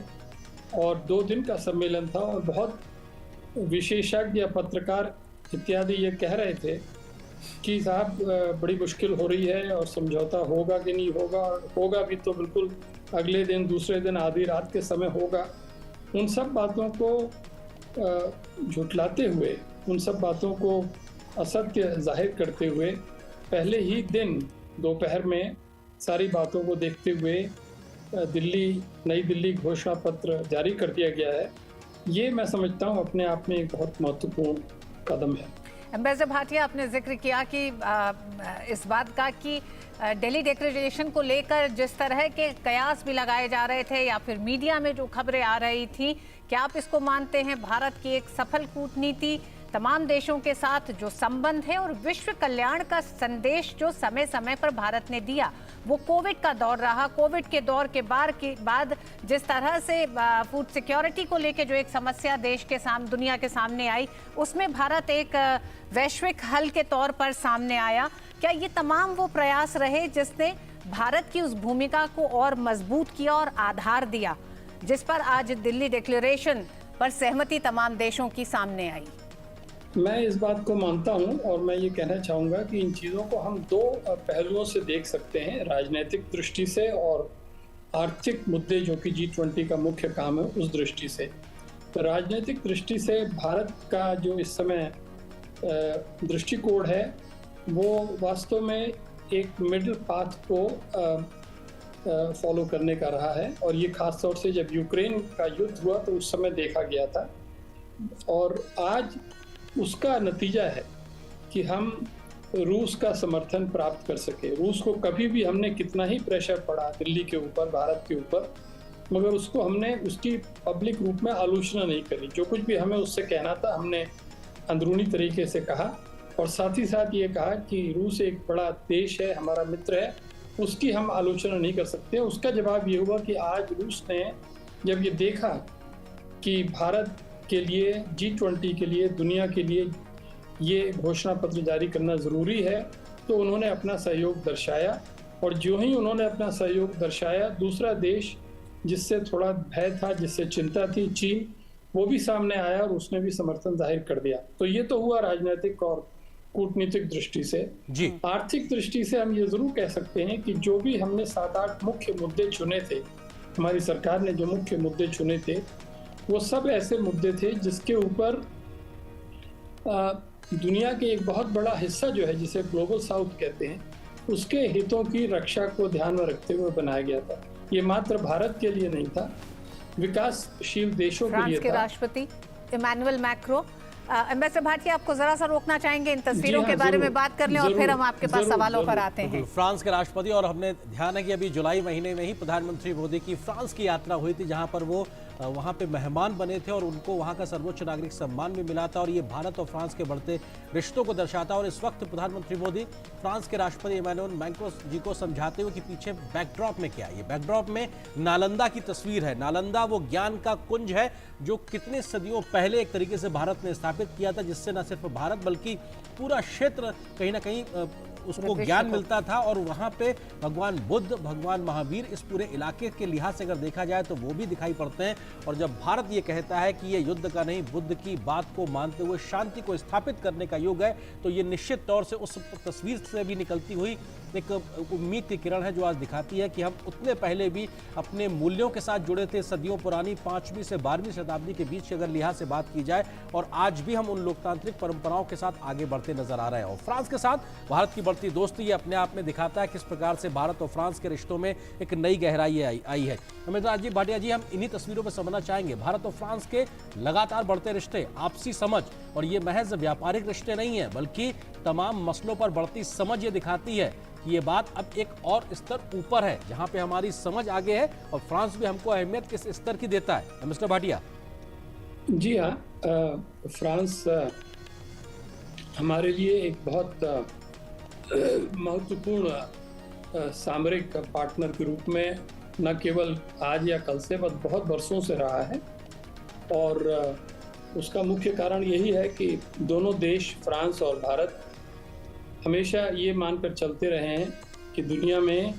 हमेशा मल्टीपोलैरिटी को बढ़ावा दिया जाना चाहिए, और जो भी देश हैं वो अपनी विदेश नीति को स्वतंत्रता से उसको बना सकते हैं और उसका कार्यान्वयन कर सकते हैं। तो ये एक ऐसा बड़ा एकता का बल है जो हम दोनों को साथ रखता है। इसके अलावा बाकी तो और बहुत सारी बातें जो आपने स्वयं कही हैं, संस्कृति, कला, इतिहास, जनता से जनता का मेल, वो सब ज़रूरी है। और मैं विशेष रूप से कहना चाहूँगा कि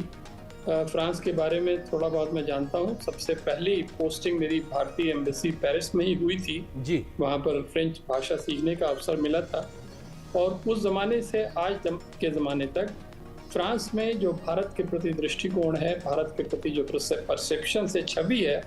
वो पूरी तरह से बदल चुकी है और इसमें कोई संदेह नहीं है कि आज जो सम्मेलन हुआ है उसकी सफलता में हमारे जो मुख्य देश हैं उनका हाथ रहा है। फ्रांस का जरूर इस बारे में। सर मैं एक चीज इसी के साथ आपसे जोड़ के पूछना चाहूंगा, क्योंकि India middle east European economic corridor की भी आज लॉन्चिंग हुई है, इसकी शुरुआत हुई है। फ्रांस के राष्ट्रपति की भी मौजूदगी वहां पे थी, तमाम विश्व नेताओं के साथ में। ये जो कनेक्टिविटी का बढ़ता दायरा है भारत से लेकर मिडिल ईस्ट और यूरोपियन देशों तक, ये आपको दिखाता है कि कनेक्टिविटी को लेकर किस प्रकार से हम आगे बढ़ रहे हैं। और ये सिर्फ आपसी जुड़ाव ही नहीं बल्कि कई प्रकार के संदेश भी अपने आप में दुनिया भर को देता है। किस तरह से आप देखते हैं इसको? जी हाँ, वेस्ट एशिया जो है, या जिसे मिडिल ईस्ट कुछ लोग कहते हैं, ये एक ऐसा क्षेत्र है जो कि यूरोप और भारत के बीच में है। भारत का इससे ऐतिहासिक संबंध रहा है और ये जो इकोनॉमिक कॉरिडोर या कनेक्टिविटी कॉरिडोर की बात आज आगे बढ़ी है, दो बातें मैं स्पष्ट करना चाहूँगा कि ये प्रत्यक्ष रूप से G20 का प्रोजेक्ट नहीं है, मगर G20 के सम्मेलन का पूरा लाभ उठाते हुए जो भी संबंधित देश थे उनके नेताओं ने अपनी अलग से बैठक में शामिल होकर और पहले से जो तैयारी का काम चल रहा था उसको आगे बढ़ाते हुए अपना अनुमोदन किया है। और इसकी आपने जैसा स्वयं कहा, इसके आर्थिक जो लाभ होंगे वो न केवल क्षेत्र को होंगे बल्कि उसके जितने भी पार्टनर्स होंगे उनको भी मिल सकता है। हमें ये ध्यान रखना पड़ेगा कि ये बिल्कुल अभी शुरुआत है इस प्रोजेक्ट की, समय लगेगा, मगर इसके परिणाम अंत में सभी देशों के लिए, उनके लोगों के लिए, उनके बिजनेस के लिए और उनके नेतृत्व के लिए अच्छे होंगे, ऐसा माना जाता है। खास तौर से इसलिए क्योंकि इस क्षेत्र में बहुत वर्षों से लड़ाइयाँ होती रही हैं और यदि अब ये क्षेत्र पूरी तरह से विकास के रास्ते पर चल पड़ेगा, विकास पर अपना फोकस करेगा, तो निस्संदेह शांति बनाने के यत्न में जो भी पुराने संघर्ष हैं वो धीरे धीरे समाप्त होंगे, ऐसी आशा कर सकते हैं। जी, अम्बेसडर भाटिया, हम बात कर रहे हैं लगातार जिस तरह से आज रात का रात्रि भोज का आयोजन हो रहा है, हम ये भी देखते रहे हैं कि पिछले अगर हम 10 साल की बात करें, प्रधानमंत्री नरेंद्र मोदी ये जो तमाम आमंत्रित देश हैं G20 में, इनमें से बहुत से ही देशों के साथ और लगभग सभी देशों के साथ द्विपक्षीय संबंध भी हैं। क्या आप ये मानते हैं कि प्रधानमंत्री अपने जब दौरे करते रहे हैं इन तमाम देशों में तो भारत की संस्कृति को इन देशों से जोड़ते रहे हैं? आज जब ये तमाम राष्ट्राध्यक्ष भारत पहुंचते हैं, दिन भर की बड़ी मुलाकातों और ठोस मुद्दों पर मंथन के बाद ये जो वक्त है रात्रि भोज का, मुलाकातों का, क्या आपको लगता है ये भी एक सॉफ्ट डिप्लोमेसी में एक बड़ी भूमिका अदा करते हैं? निस्संदेह मैं एक स्कॉलर के रूप में, क्योंकि मैं तो बहुत वर्षों पहले विदेश सेवा से रिटायर हो चुका हूँ, मगर पिछले 13-14 सालों में researcher, scholar, think tank leader के रूप में काम करता रहा हूँ। तो स्कॉलर के रूप में मैं ये कह सकता हूँ कि आज भारत के पास एक फॉरेन पॉलिसी प्राइम मिनिस्टर है, यानी एक ऐसा प्रधानमंत्री जो बहुत सक्रिय विदेश नीति में विश्वास रखने के लिए सारी दुनिया में जाना जाता है। और ये विशेष रूप से एक हमारे लिए बड़ा एसेट है, क्योंकि प्रधानमंत्री ने दुनिया के विभिन्न क्षेत्रों के नेताओं से एक बहुत गहरे व्यक्तिगत संबंध बना लिए और उसका परिणाम ये है कि अगर कोई मसला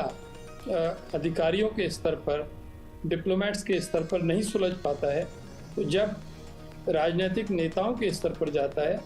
तो उसको सुलझने में बहुत ज़्यादा समय नहीं लगता है। और ये आज ही हमने देखा, जब आज इतिहास बना, जैसा मैं कह रहा था कि एक तरफ तो लोग सोच रहे थे कि साहब दूसरे दिन के अंत में 12 बजे रात तक भी अगर घोषणा पत्र छप जाए तो बहुत बड़ी चीज़ होगी, मगर तकरीबन 24 घंटे पहले इस परिप्रेक्ष्य में कि पिछले 9 महीनों में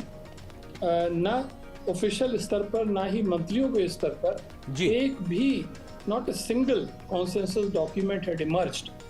तो उस परिप्रेक्ष्य में हमें सोचना पड़ेगा कि कैसे एकाएक इतने बड़े मामलों पर सारे पूरे 100% कॉन्सेंसस से समझौता हो गया। और इसमें कोई संदेह नहीं है कि स्कॉलर्स मानेंगे कि इसमें प्रधानमंत्री की भूमिका, अहम भूमिका है हमारे देश के राजनीतिक मिस्टर भाटिया, एक नेतृत्व की भूमिका चीज़ है। मैं इस वक्त आपसे ज़रूर समझना चाहूँगा, क्योंकि हम देखते हैं कि जब डिप्लोमेसी की बात होती है तो उसमें बहुत सिंबलिज्म भी एक तरीके से दिखाई पड़ता है, जहाँ एक प्रतीकात्मक एक बहुत मायने रखती हैं वस्तुएं और चीज़ें। इस वक्त हम रात्रि भोज का जिक्र कर रहे हैं, तो मेन्यू में खाने की मेज पर क्या क्या चीज़ें हो सकती हैं, इसको लेकर आपको लगता है कि भारत जिन बातों को आगे रखता रहा है, क्योंकि मिलेट्स की बात करते हैं हम, श्री अन्न की बात करते हैं, आपको लगता है कि ये तमाम चीज़ें भी कहीं ना कहीं उस मेज खाने की मेज पर होंगी जो भारत दुनिया के सामने रखना चाहेगा कि साहब ये भी समाधान है, अगर आप मिलेट्स के माध्यम से आगे बढ़ेंगे तो खाद्य सुरक्षा भी होगी, इसके अलावा आप पर्यावरण संतुलन भी बना सकते हैं। आप श्री अन्न के तरीके से भारत ने कैसी अपनी योजनाओं में इसको शामिल किया है, इसका भी एक संदेश हो सकता है। आपको लगता है कि ये तमाम चीज़ें कहीं ना कहीं शामिल हो सकती हैं? ये बहुत सारी नई बातें हैं जो कि हमारी डिप्लोमेटिक कंडक्ट में सामने आई हैं, और उसका मुख्य कारण मैं समझता हूँ यही है जो मुझे अभी 3-4 दिन पहले एक प्रश्न का उत्तर देते हुए विदेश मंत्री डॉक्टर एस जयशंकर ने स्वयं मुझे बताया था, और वो यही था कि जो हम देश में अपनी नीतियों का पालन कर रहे हैं उसी से जुड़कर हम विदेश नीतियों का पालन करें। यानी उदाहरण के रूप में यदि हम सामाजिक न्याय को लाने का भारत में प्रयत्न कर रहे हैं तो वही हम प्रयत्न बाहर भी करें, तो या जो हम चीज़ें जिसका हम कह रहे हैं या उपदेश दे रहे हैं उसको हम कार्यान्वित भी करें। तो मुझे मालूम है कि मीडिया का बहुत रुचि है कि भाई आज का मेन्यू रात्रि भोज का मेन्यू क्या होगा, तो इस बारे में आपको अच्छी तरह से पता है कि ये सब कुछ निर्णय मेजबान अंत में लेते हैं। राष्ट्रपति ने स्वयं उनसे सलाह लेकर मेन्यू बना होगा, सारी तैयारियां हुई होंगी, और यदि उसमें हमने कुछ नई चीज़ें रखी हैं, मिलेट के बारे में कुछ डिशेस बनाई हैं, तो ये पहली दफ़ा नहीं होगा, पहले भी हाल के हफ्तों में ये बात की गई है, और उसका एक प्रतीकात्मक महत्व है, सिंबॉलिक इम्पोर्टेंस है, और मैं समझता हूँ कि ये भी हमारे जो मेहमान हैं वो उसको अच्छी तरह से देखेंगे और समझेंगे। सर, अभी हमारे प्रधानमंत्री जब हाल के समय में अमेरिका गए थे तो हमने देखा था कि जब स्टेट डिनर के समय जो खाना परोसा गया था उसमें भारतीय रंग साफ तौर से दिखाई पड़ रहे थे, भारत के प्रतीकों को भी किस तरह से खूबसूरती से सहेजा गया था, क्योंकि एक मौका होता है कि आपको अपने आप को प्रदर्शित करने का, मेहमानों के सामने रखने का, और कैसे आपका एक डाइवर्स कल्चर है उसको भी कहीं ना कहीं समाहित करके आगे बढ़ने का। तो निश्चित तौर से ये भले ही खाने की मेज होगी, लेकिन उसके माध्यम से भी आप भारत की विविधता को शोकेस कर सके, बता सके कि साहब हमारे अंदर या हमारी जड़ों में इस प्रकार की एक मजबूती शामिल रही है, और उसका हम एक प्रदर्शन आपके सामने कर सकते हैं आपके खान पान के लिहाज से भी। हाँ, मैं इस बात का अनुमोदन करता हूँ, और दोनों तरफ से एक अगर अच्छा दृष्टिकोण रहे, मेज़बान की तरफ से और मेहमान की तरफ से, जो सत्कार करने वाला है उसकी तरफ से और जो अतिथि है उसकी तरफ से, चाहे वो रात्रि भोज वॉशिंगटन में हो रहा हो या पेरिस में हो रहा हो या दिल्ली में हो रहा हो, हमारा सबसे बड़ा धर्म यह है कि अतिथि को हम प्रसन्न करके उसको सुविधा के अनुसार उसको अपने घर में अच्छी तरह से सत्कार करके वापस करें, और साथ ही साथ उसका ये बड़ा मन होता है कि जब हम भारत आए हैं तो भारत की कला, संस्कृति, इतिहास, यहाँ का हैंडीक्राफ्ट, यहाँ के विभिन्न प्रकार के खाने पकवान, उन सब का स्वाद लिया जा सके, एक इंडिया एक्सपीरियंस किया जा सके। तो उस दृष्टि से मैं कह सकता हूँ, जो बार बार चीन के बारे में कहा जाता है, मैं कह सकता हूँ कि G20 की summit, it is a summit with Indian characteristics, यानी ये एक ऐसा सम्मेलन है जो भारत की पूरी छवि से जुड़ा हुआ है, उन दोनों चीज़ों को अलग नहीं किया जा सकता है। और ये बात मैं समझता हूँ जो हमारे सारे महत्वपूर्ण अतिथिगण आए हैं वो इस बात को लेके जाएंगे। उन्होंने जो यहाँ से फ़ोटो खींची होंगी, जो वीडियो बनाए होंगे, जो उन्होंने नोट किया होगा, क्योंकि विदेशी पत्रकार वगैरह जो मुझसे मिल रहे हैं वो बराबर इस बात को कह रहे हैं कि this is a G20 summit with Indian characteristics. जी, एम्बेसडर भाटिया, शेरपा अमिताभ कांत ने कहा था कि action oriented new Delhi declaration है। क्या आप मानते हैं कि जिस तरह से आप कह रहे हैं नया भारत, बदला भारत, मजबूत भारत, उसकी एक तस्वीर इस पूरे दिल्ली डिक्लेरेशन में भी दिखाई देगी? हम जानते हैं कि ये विश्व की आर्थिक समस्याओं के समाधान का मंच है G20। लेकिन बहुत साफ उन्होंने कहा कि 8 पैराग्राफ्स ऐसे हैं जिसमें जियोपॉलिटिकल इश्यूज को शामिल किया गया है। तो हम उसे नकार नहीं रहे हैं क्योंकि भू राजनीतिक परिस्थितियों का असर तमाम देशों की अर्थव्यवस्थाओं पर, आर्थिक परिस्थितियों पर सीधे पड़ता है। आपने बहुत अच्छी बात सामने रखी है। जो जियोपॉलिटिकल पैराग्राफ्स हैं, हम लोग उसका विशेष रूप से अध्ययन कर रहे हैं और करेंगे। संक्षेप में कहा जाए तो ये है कि बाली डिक्लेरेशन यानी पिछला शिखर सम्मेलन इंडोनेशिया में हुआ था, वहाँ पर 2 पैराग्राफ्स में इस बात को निपटा दिया गया था। उस समय स्थिति दूसरी थी, उस समय तक इतनी स्थिति गंभीर नहीं हुई थी जितनी अब हो गई है। और इसीलिए पिछले 9 महीनों में बराबर रूस और चीन ने ये बात सामने रखी थी कि हम बाली के पैराग्राफ्स को स्वीकार नहीं करेंगे। और इससे लोगों के मन में बड़ी शंका थी कि हमारी सफलता कितनी मिल पाएगी। और इस स्टेज पर आने पर मैं ये कह सकता हूँ कि भारत की डिप्लोमेटिक मशीन राजनीतिक नेतृत्व की गाइडेंस में जब काम करना शुरू किया तो मुझे मालूम है कि सम्मेलन शुरू होने से पहले ही हमारे पास कई ड्राफ्टिंग ऑप्शंस थे, कई विकल्प थे। और अंत में जो सबको पसंद आया वो यही था, पहली बात कि आपके सामने जो समस्या है उसको चंद शब्दों में ना कहिए, उसके लिए आप थोड़े और शब्द ले लीजिए, यानी 2 पैराग्राफ से 8 पैराग्राफ पे चले जाइए। दूसरी बात खास तौर से ये कही गई कि जिस तरह से रूस को आलोचना की गई थी बाली में, उस चीज़ को निकाल दिया गया। मगर साथ ही साथ ये बात बराबर रखी कि यूक्रेन का मामला इस घोषणा पत्र में आना ज़रूरी है, इसलिए क्योंकि उसका असर, उसका प्रभाव देशों की आर्थिक व्यवस्था पर बहुत ज़्यादा पड़ा है, खास तौर से विकासशील देशों की अर्थव्यवस्था पर। और इसलिए ज़रूरी है कि हम उसको अच्छी तरह से विस्तार से अपनी बातें रख दें जिस पर कि दोनों पक्षों को कोई आपत्ति न हो। और यही हुआ जी, और इसीलिए समझौता बन पाया। जी भाटिया जी, आपको रोकना चाहेंगे क्योंकि कुछ जानकारी हम मेन्यू की बात कर रहे थे कि क्या कुछ खाने के पकवान में हो सकता है। जी हाँ, अभी कुछ जानकारी आई है उसको साझा करना चाहेंगे दर्शकों के साथ में। शुरुआती व्यंजन के तौर पर पात्रम का जिक्र है, ताजी हवा का झोंका, दही के गोले और भारतीय मसालेदार चटनी के से सजे कंगनी श्री अन्न लीफ क्रिस्प, इसका जिक्र किया गया। मुख्य भोजन के लिहाज से अगर बात की जाए तो वन वर्णम, मिट्टी के गुण वाला, ये इस प्रकार के तमाम चीज़ें हैं जिसमें ग्लेट्स फॉरेस्ट मशरूम, कुटकी श्री अन्न क्रिस्प और करी पत्ते के साथ तैयार केरल लाल चावल के साथ परोसे गए कटहल गैलेट्स, यानी कि इस प्रकार के तमाम भारतीय व्यंजनों का भी एक तरीके से वहाँ पे प्रदर्शन होगा। और भारतीय रोटियों के लिहाज से बात की जाए तो मुंबई पाव का भी वहाँ पर परोसा जाएगा। कलौंजी के स्वाद वाले मुलायम एक तरीके से जो बनाए जाते हैं उसका एक तरीके से जिक्र रहेगा। और बाकर खानी को भी एक तरीके से परोसने की बात है। और ये मुख्य भोजन के लिहाज से बात है, इसमें इलायची के स्वाद वाली मीठी रोटी हुआ करती है, ये हमारे मेहमानों को परोसने की बात। साथ ही साथ मिष्ठान की अगर बात की जाए तो मधुरिमा स्वर्ण कलश का इसका नाम है, इस लिहाज से इसको परोसा जाएगा। इलायची की खुशबू वाला सांवा का हलवा, अंजीर, आड़ू, मुरब्बा और अम्बे मोहर राइस क्रिस्प के साथ में इसको तैयार किया जाता है। तो ये कहीं ना कहीं पकवानों की लिस्ट में है। पेय पदार्थ की बात की जाए तो कश्मीरी कहवा, फिल्टर कॉफ़ी और दार्जिलिंग की चाय, ये कहीं ना कहीं शामिल किया गया। ऋतु, हम जिस बात का जिक्र कर रहे थे कि भारत के तमाम राज्यों की विविधताओं को परोसते हुए कहीं ना कहीं खाने की मेज पर भी भारत की विविधता के दर्शन होंगे। तमाम चीज़ें सहेजी जाएंगी जिनको परोसा जाएगा मेहमानों को। निश्चित तौर से मेहमानों के लिहाज से भी इस बात का ख्याल रखा जाता है, राजीव जी बेहतर बता पाएंगे, लेकिन अपनी तरफ से मेज़बान क्या अतिरिक्त उनको परोसता है इस बात को भी दिखाया जाता है। और इसमें भारत की कोशिश क्या है, किन किन चीज़ों को समाहित किया गया, इसका प्रदर्शन कहीं ना कहीं रहेगा। मिस्टर भाटिया,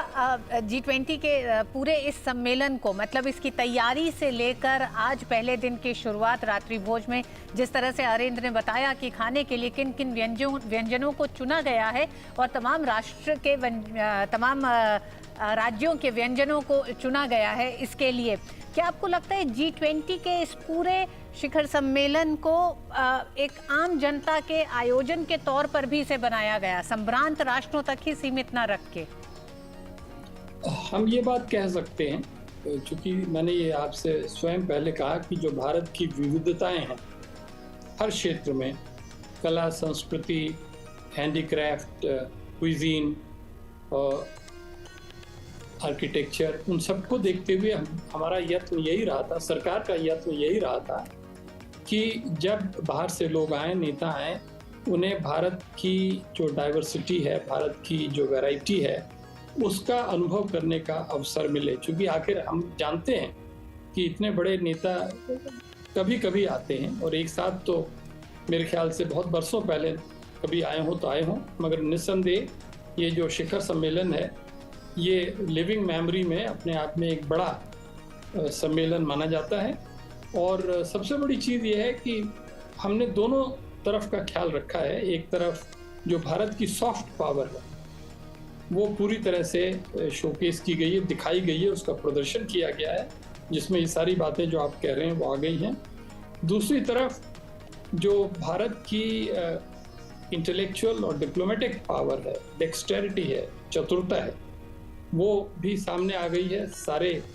डिप्लोमेट्स भारत के और पत्रकार सारे इस बात को मानेंगे कि जिस तरह से हमारी टीम ने काम करके एक घोषणा पत्र बनाया वो बहुत अच्छी बात थी। और तीसरी जो सबसे बड़ी बात है कि जो इस समय भारत में राजनीतिक स्तर पर और जो सिविल सर्विस के स्तर पर जो समन्वय है, सामंजस्य है, वो निस्संदेह प्रशंसनीय है। आज आपने देखा प्रेस कॉन्फ्रेंस में भी ये बात सामने आई, किस तरह से दो मंत्री, सीनियर मंत्री बैठे हुए थे, विदेश मंत्री और वित्त मंत्री, और उनके साथ 3 या 4 जो मुख्य अफसर हैं, जिसमें कि शेरपा अमिताभ कांत शामिल थे, हर्ष श्रृंगला चीफ कोऑर्डिनेटर शामिल थे, और फाइनेंस सेक्रेटरी या department of economic affairs secretary शामिल थे। और बहुत अच्छी तरह से जो हमारी कहानी थी, जो हमारी स्टोरी थी कॉन्फ्रेंस की, उसको दर्शाया गया। तो देखिए, विदेश के नेता, विदेश के पत्रकार, विदेश के डिप्लोमेट्स, वहाँ से आए हुए दूसरे विजिटर्स, नेताओं की पत्नियाँ, वो अपने आप में बहुत ज़रूरी हैं, महत्वपूर्ण रोल अदा करती हैं। उन सब ने आज भारत की एक ऐसी छवि देखी है, आज नहीं कल से आए हुए देखी है और कल तक देखेंगे। उसको मैं समझता हूँ वो बहुत समय तक अपनी स्मृति में बनाए रखेंगे और ये मान के चलेंगे कि भारत तेजी से बदल रहा है और भारत के सामने पूरी दुनिया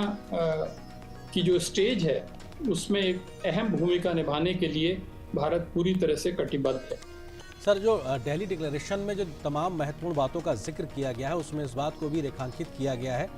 कि ये तस्वीरें इस वक्त इटली की प्रधानमंत्री जॉर्जिया मेलोनी, इस वक्त प्रधानमंत्री उनका स्वागत करते हुए राष्ट्रपति द्रौपदी मुर्मू। निश्चित तौर से मेहमानों के आने का सिलसिला लगातार जारी है। हमने देखा कि कैसे जब आज इंडिया, मिडिल ईस्ट और उसके साथ साथ यूरोपियन यूनियन तक कॉरिडोर की, इकोनॉमिक कॉरिडोर की बात हुई थी, तो उस वक्त भी हमने देखा कि इटली किस प्रकार से उसमें साझा था। साथ ही साथ जब ग्लोबल बायोफ्यूल अलायंस का शुरुआत हुई है उसमें भी इटली भारत के साथ खड़ा नजर आ रहा है। तो अपने आप में ये दिखाता बताता है कि आखिर कैसे तमाम मंचों पर तमाम देशों के साथ में भारत के बढ़ते सहयोग अपने आप में इस बात को इंगित करते हैं कि भारत के साथ मिलकर विश्व की बेहतरी के लिए कदमताल करने को आज तमाम देश तैयार नजर आ रहे हैं, क्योंकि तमाम वैश्विक चुनौतियों के लिए भारत एक समाधान देता नजर आ रहा है। इंटरनेशनल सोलर अलायंस हो या फिर बायोफ्यूल अलायंस की बात हो, अमजदा भाटिया, आपको लगता है कि ये भी अपने आप में एक बड़े महत्वपूर्ण इनिशिएटिव्स हैं और भारत के माध्यम से, चाहे योगा की बात हो, इंटरनेशनल ईयर ऑफ मिलेट्स की बात हो, या फिर किस तरीके से इंटरनेशनल सोलर अलायंस की शुरुआत की गई हो, मिशन लाइफ की शुरुआत की गई हो, और आज इस प्रकार के 2 बड़े इनिशिएटिव्स भी देखने को मिले हैं। बायोफ्यूल इनिशिएटिव्स को आप किस तरह से देखते हैं, क्योंकि ये न सिर्फ हर एक देश के किसानों की बेहतरी के लिए है, बल्कि दुनिया में फॉसिल फ्यूल्स के इस्तेमाल को कम करेगा, पृथ्वी के संरक्षण को भी फायदा देता नजर आएगा। स्वच्छ ऊर्जा को लेकर एक ग्लोबल इकोसिस्टम बनाने का एक बड़ा प्रयास 2015 के इंटरनेशनल सोलर अलायंस के बाद। जी हाँ, ये सारे जो नए इनिशिएटिव्स हैं जिनके बारे में मैं ऐसा तो नहीं कह सकता हूँ कि मैं सबके बारे में विशेषज्ञ हूँ और सबके बारे में पूरी तरह से जानता हूँ, मगर जो उसका पॉलिटिकल और डिप्लोमेटिक प्रभाव है उसके बारे में मैं ज़रूर कह सकता हूँ कि इन सब इनिशिएटिव्स से, इन सब अलायंसेस से एक बात ज़रूर विश्व के सामने आ चुकी है, वो ये कि भारत में इस समय एक ऐसी ऊर्जा है जिसकी वजह से नए विचार, नए कॉन्सेप्ट, नए इनिशिएटिव्स बराबर आ रहे हैं। अब हमें, हमारी जिम्मेदारी बन जाती है कि हमको पूरी तरह से उनको कार्यान्वयन करना पड़ेगा, और वो तभी मुमकिन है जबकि दूसरे देशों का पूरा सहयोग मिले। आज इस नई दिल्ली घोषणा पत्र के द्वारा वो सहयोग हमें मिला है, और इसमें कोई संदेह नहीं है कि जब ये G20 का कैरावान आगे बढ़ेगा तो भारत अपनी सीमा में रहते हुए पूरी तरह से जो आगे 2 प्रेसिडेंट बनेंगे नवंबर के बाद में, पहले ब्राज़ील फिर साउथ अफ्रीका, इन दोनों के साथ पूरा सहयोग करके, सहायता करके उनको भी उम्मीद करेगा कि वो भी उसी पथ पे चलेंगे जो कि आज G20 के नेताओं ने मिलकर बनाया है। और अंत में 2025 में 2026 में जब अमेरिका G20 का नेतृत्व करेगा, तब तक हमें उम्मीद करनी चाहिए कि दुनिया की दिशा, दुनिया की स्थिति और दुनिया के सामने जो चुनौतियां हैं उनमें बहुत कुछ सुधार आ चुका होगा। सर, एक और जानकारी जो अभी इस वक्त निकल के आई है, जहां पर ये डिनर राष्ट्रपति द्रौपदी मुर्मू जी के माध्यम से दिया गया है विश्व के नेताओं के, तो निश्चित तौर से भारतीय व्यंजन के साथ साथ भारतीय संगीत का भी एक तरीके से वहां पे प्रदर्शन है। और इस बात की जानकारी है कि संगीत मंडली गंधर्व अतोघम का जिक्र है, जिनके माध्यम से भारतीय वाद्य यंत्रों का, भारतीय परंपरा को वहाँ पे सामने रखा जाएगा मेहमानों के सामने। इसके बारे में जानकारी, गंधर्व अतोघम एक अद्वितीय संगीत संयोजन है जिसमें भारत भर के जो संगीत वाद्य यंत्रों का उत्कृष्ट सहवादन होता है। इसमें शास्त्रीय वाद्य यंत्रों के सामूहिक वादन के साथ हिंदुस्तानी, कर्नाटक, लोक और समकालीन संगीत की प्रस्तुति है। इसका वादन विलंबित लय यानी धीमी गति से शुरू होकर मध्य लय यानी मध्यम तेज गति से होता हुआ द्रुत लय यानी तेज गति पर समाप्त होता है। इसमें 77 प्रस्तुतिकर्ता हैं। इसमें 11 बच्चे, 14 महिलाएं, 5 दिव्यांगजन और 24 युवा कलाकार शामिल हैं, जिनको 23 पेशेवर कलाकारों द्वारा सहयोग प्रदान किया गया है। वे भारत के विभिन्न क्षेत्रों से आते हैं और अपनी पारंपरिक वेशभूषा पहने हुए हैं। निश्चित तौर से ये तमाम जानकारियां जो धीरे धीरे इस वक्त आ रही हैं, अपने आप में बेहद महत्वपूर्ण ऋतु। जी, एम्बेसडर भाटिया, हम जानते हैं कि प्रधानमंत्री नरेंद्र मोदी जब विदेश यात्रा पर भी जाते हैं या फिर विदेशी मेहमान जब आते हैं उनसे मुलाकात करने, तो वो जिस तरह के उपहार को चुनते हैं उसमें भी भारत की संस्कृति, इतिहास की झलक होती है, उससे संबंधित होते हैं। तो निश्चित रूप से रात्रि भोज राष्ट्रपति ने दिया है जिसमें भारत की संस्कृति की, परंपरा की झलक जरूर होगी। जिस तरह से तमाम विदेशी मेहमानों के रुकने के लिए 5 स्टार होटल्स ने अपनी अपनी तैयारी की, अलग अलग मेन्यू तैयार किया था, अलग अलग थीम से उन लोगों का स्वागत किया था। कहीं एक तरह से तुलसी के उसके साथ उनको माला पहना के स्वागत किया गया। तो ये सारी चीज़ें हमें लगता है कि रात्रि भोज में भी ज़रूर किसी न किसी रूप में शामिल होंगी, जो यादगार बनाएंगी तमाम राष्ट्राध्यक्षों के लिए भी और उनके साथ जो उनकी पत्नियां आई हुई हैं उनके लिए भी। मैं पूरी तरह से सहमत हूं आपके साथ, और ये भी अपने सम्मेलन का एक बहुत महत्वपूर्ण पहलू है या अंग है। हमें हमेशा ध्यान रखना चाहिए कि नेताओं के साथ उनकी पत्नियां आई हुई हैं, कुछ नेता के साथ शायद उनके बच्चे भी आए हुए हैं, और फिर साथ ही साथ जो उनके प्रतिनिधिमंडल के वरिष्ठ सदस्य हैं, वो लोग भी अपने आप में बहुत महत्वपूर्ण भूमिका रखते हैं। आज जो मंत्री है, हो सकता है कल वही सीधी तस्वीरें इस वक्त अमेरिका के राष्ट्रपति जो बाइडेन इस वक्त पहुंचे हैं भारत मंडपम, और प्रधानमंत्री मोदी और राष्ट्रपति द्रौपदी मुर्मू के साथ में उनका स्वागत करते हुए। और निश्चित तौर से अमेरिका के राष्ट्रपति का ये दौरा बेहद महत्वपूर्ण, क्योंकि G20 के माध्यम से वैश्विक मसलों और मुद्दों पर कैसे मिलकर आगे बढ़ा जाए। अमेरिका के साथ भारत के बढ़ते संबंधों में हमने देखा है कि पीएम मोदी और राष्ट्रपति जो बाइडेन का अपने एक जो दोस्ती है, आपसी केमिस्ट्री है, उसका एक बड़ा रोल रहा है ऋतु। जी हाँ, और इस केमिस्ट्री की पहली झलक तब मिली जब राष्ट्रपति बाइडेन हवाई अड्डे पहुंचे भारत, और सीधे उसके बाद द्विपक्षीय वार्ता के लिए प्रधानमंत्री आवास पहुंचे। और वहां के वो जो दृश्य थे, 2 मजबूत लोकतंत्रों के एक साथ धमक करते हुए वो जो दृश्य थे, वो ये बताते थे कि किस तरह से आने वाले समय में वैश्विक चुनौतियों के हल की तरफ दोनों देश साथ चल रहे हैं। और हम इस समय देख रहे हैं जब प्रधानमंत्री नालंदा विश्वविद्यालय के बारे में राष्ट्रपति बाइडेन को बता रहे हैं। ये बताता भारत का इतिहास भी है, भारत पे जिस तरह के प्रहार हुए उसकी भी बात ये बताता है नालंदा विश्वविद्यालय का ये दृश्य। दुनिया के सबसे बड़े और सबसे पुराने लोकतंत्र के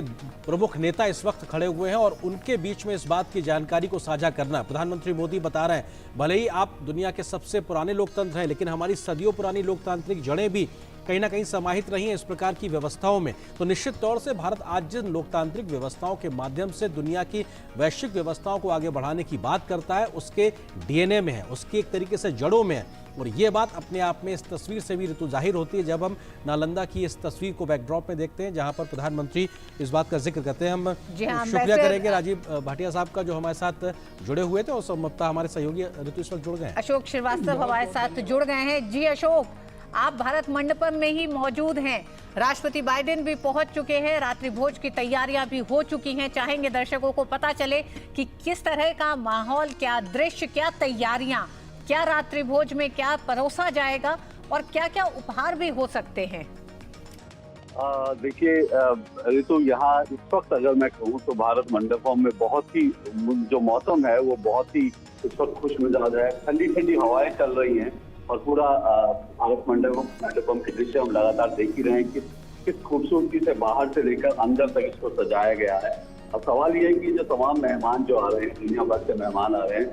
जब ये भोजन के लिए बैठेंगे तो इनको क्या परोसा जाएगा, ये भी बड़ा इंटरेस्टिंग एक लोगों के जहन में उत्साह होगा। क्योंकि हमने बर्तनों की बहुत सारी अब तक कहानियां देखी थी, सोने और चांदी के जो पानी चढ़े हुए जो हैं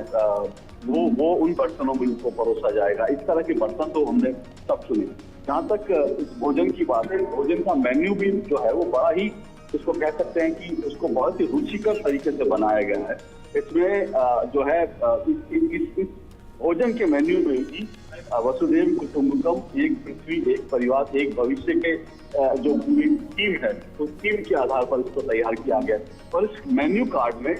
जो ऊपर है शरद ऋतु का जिक्र किया गया है, क्योंकि इस वक्त जो है भले हम लोग दिल्ली में बैठकर कहते हैं कि हाँ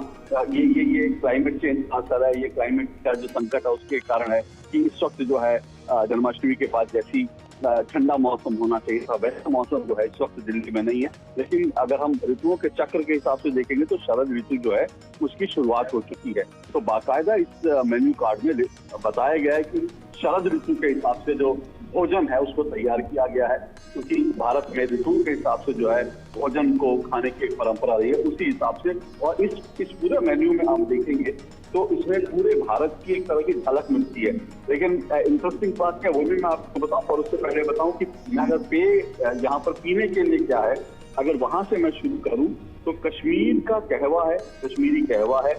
और दार्जिलिंग की चाय। अब आप देखिए कि एक भारत श्रेष्ठ भारत की हम बात करते हैं, तो कश्मीर का कहवा है और दार्जिलिंग की चाय है जो यहाँ मेहमानों को परोसी जाएगी, साथ में जो है कॉफी होगी। जहाँ तक खाने की बात है तो जो शुरुआती व्यंजन में जो है उसको नाम दिया गया है ताजी हवा का झोंका। मतलब बहुत इंटरेस्टिंग नाम दिए गए हैं। ताजी हवा का झोंका जो स्टार्टर होते हैं उसमें दही के गोले यानी दही बल्ले होंगे, उसमें दही के गोले और भारतीय मसालेदार चटनी में जिक्र किया गया है, क्योंकि भारत के मसाले की जो है बात से बड़ी इंटरेस्टिंग होती है। तो भारतीय मसाले की चटनी से सजे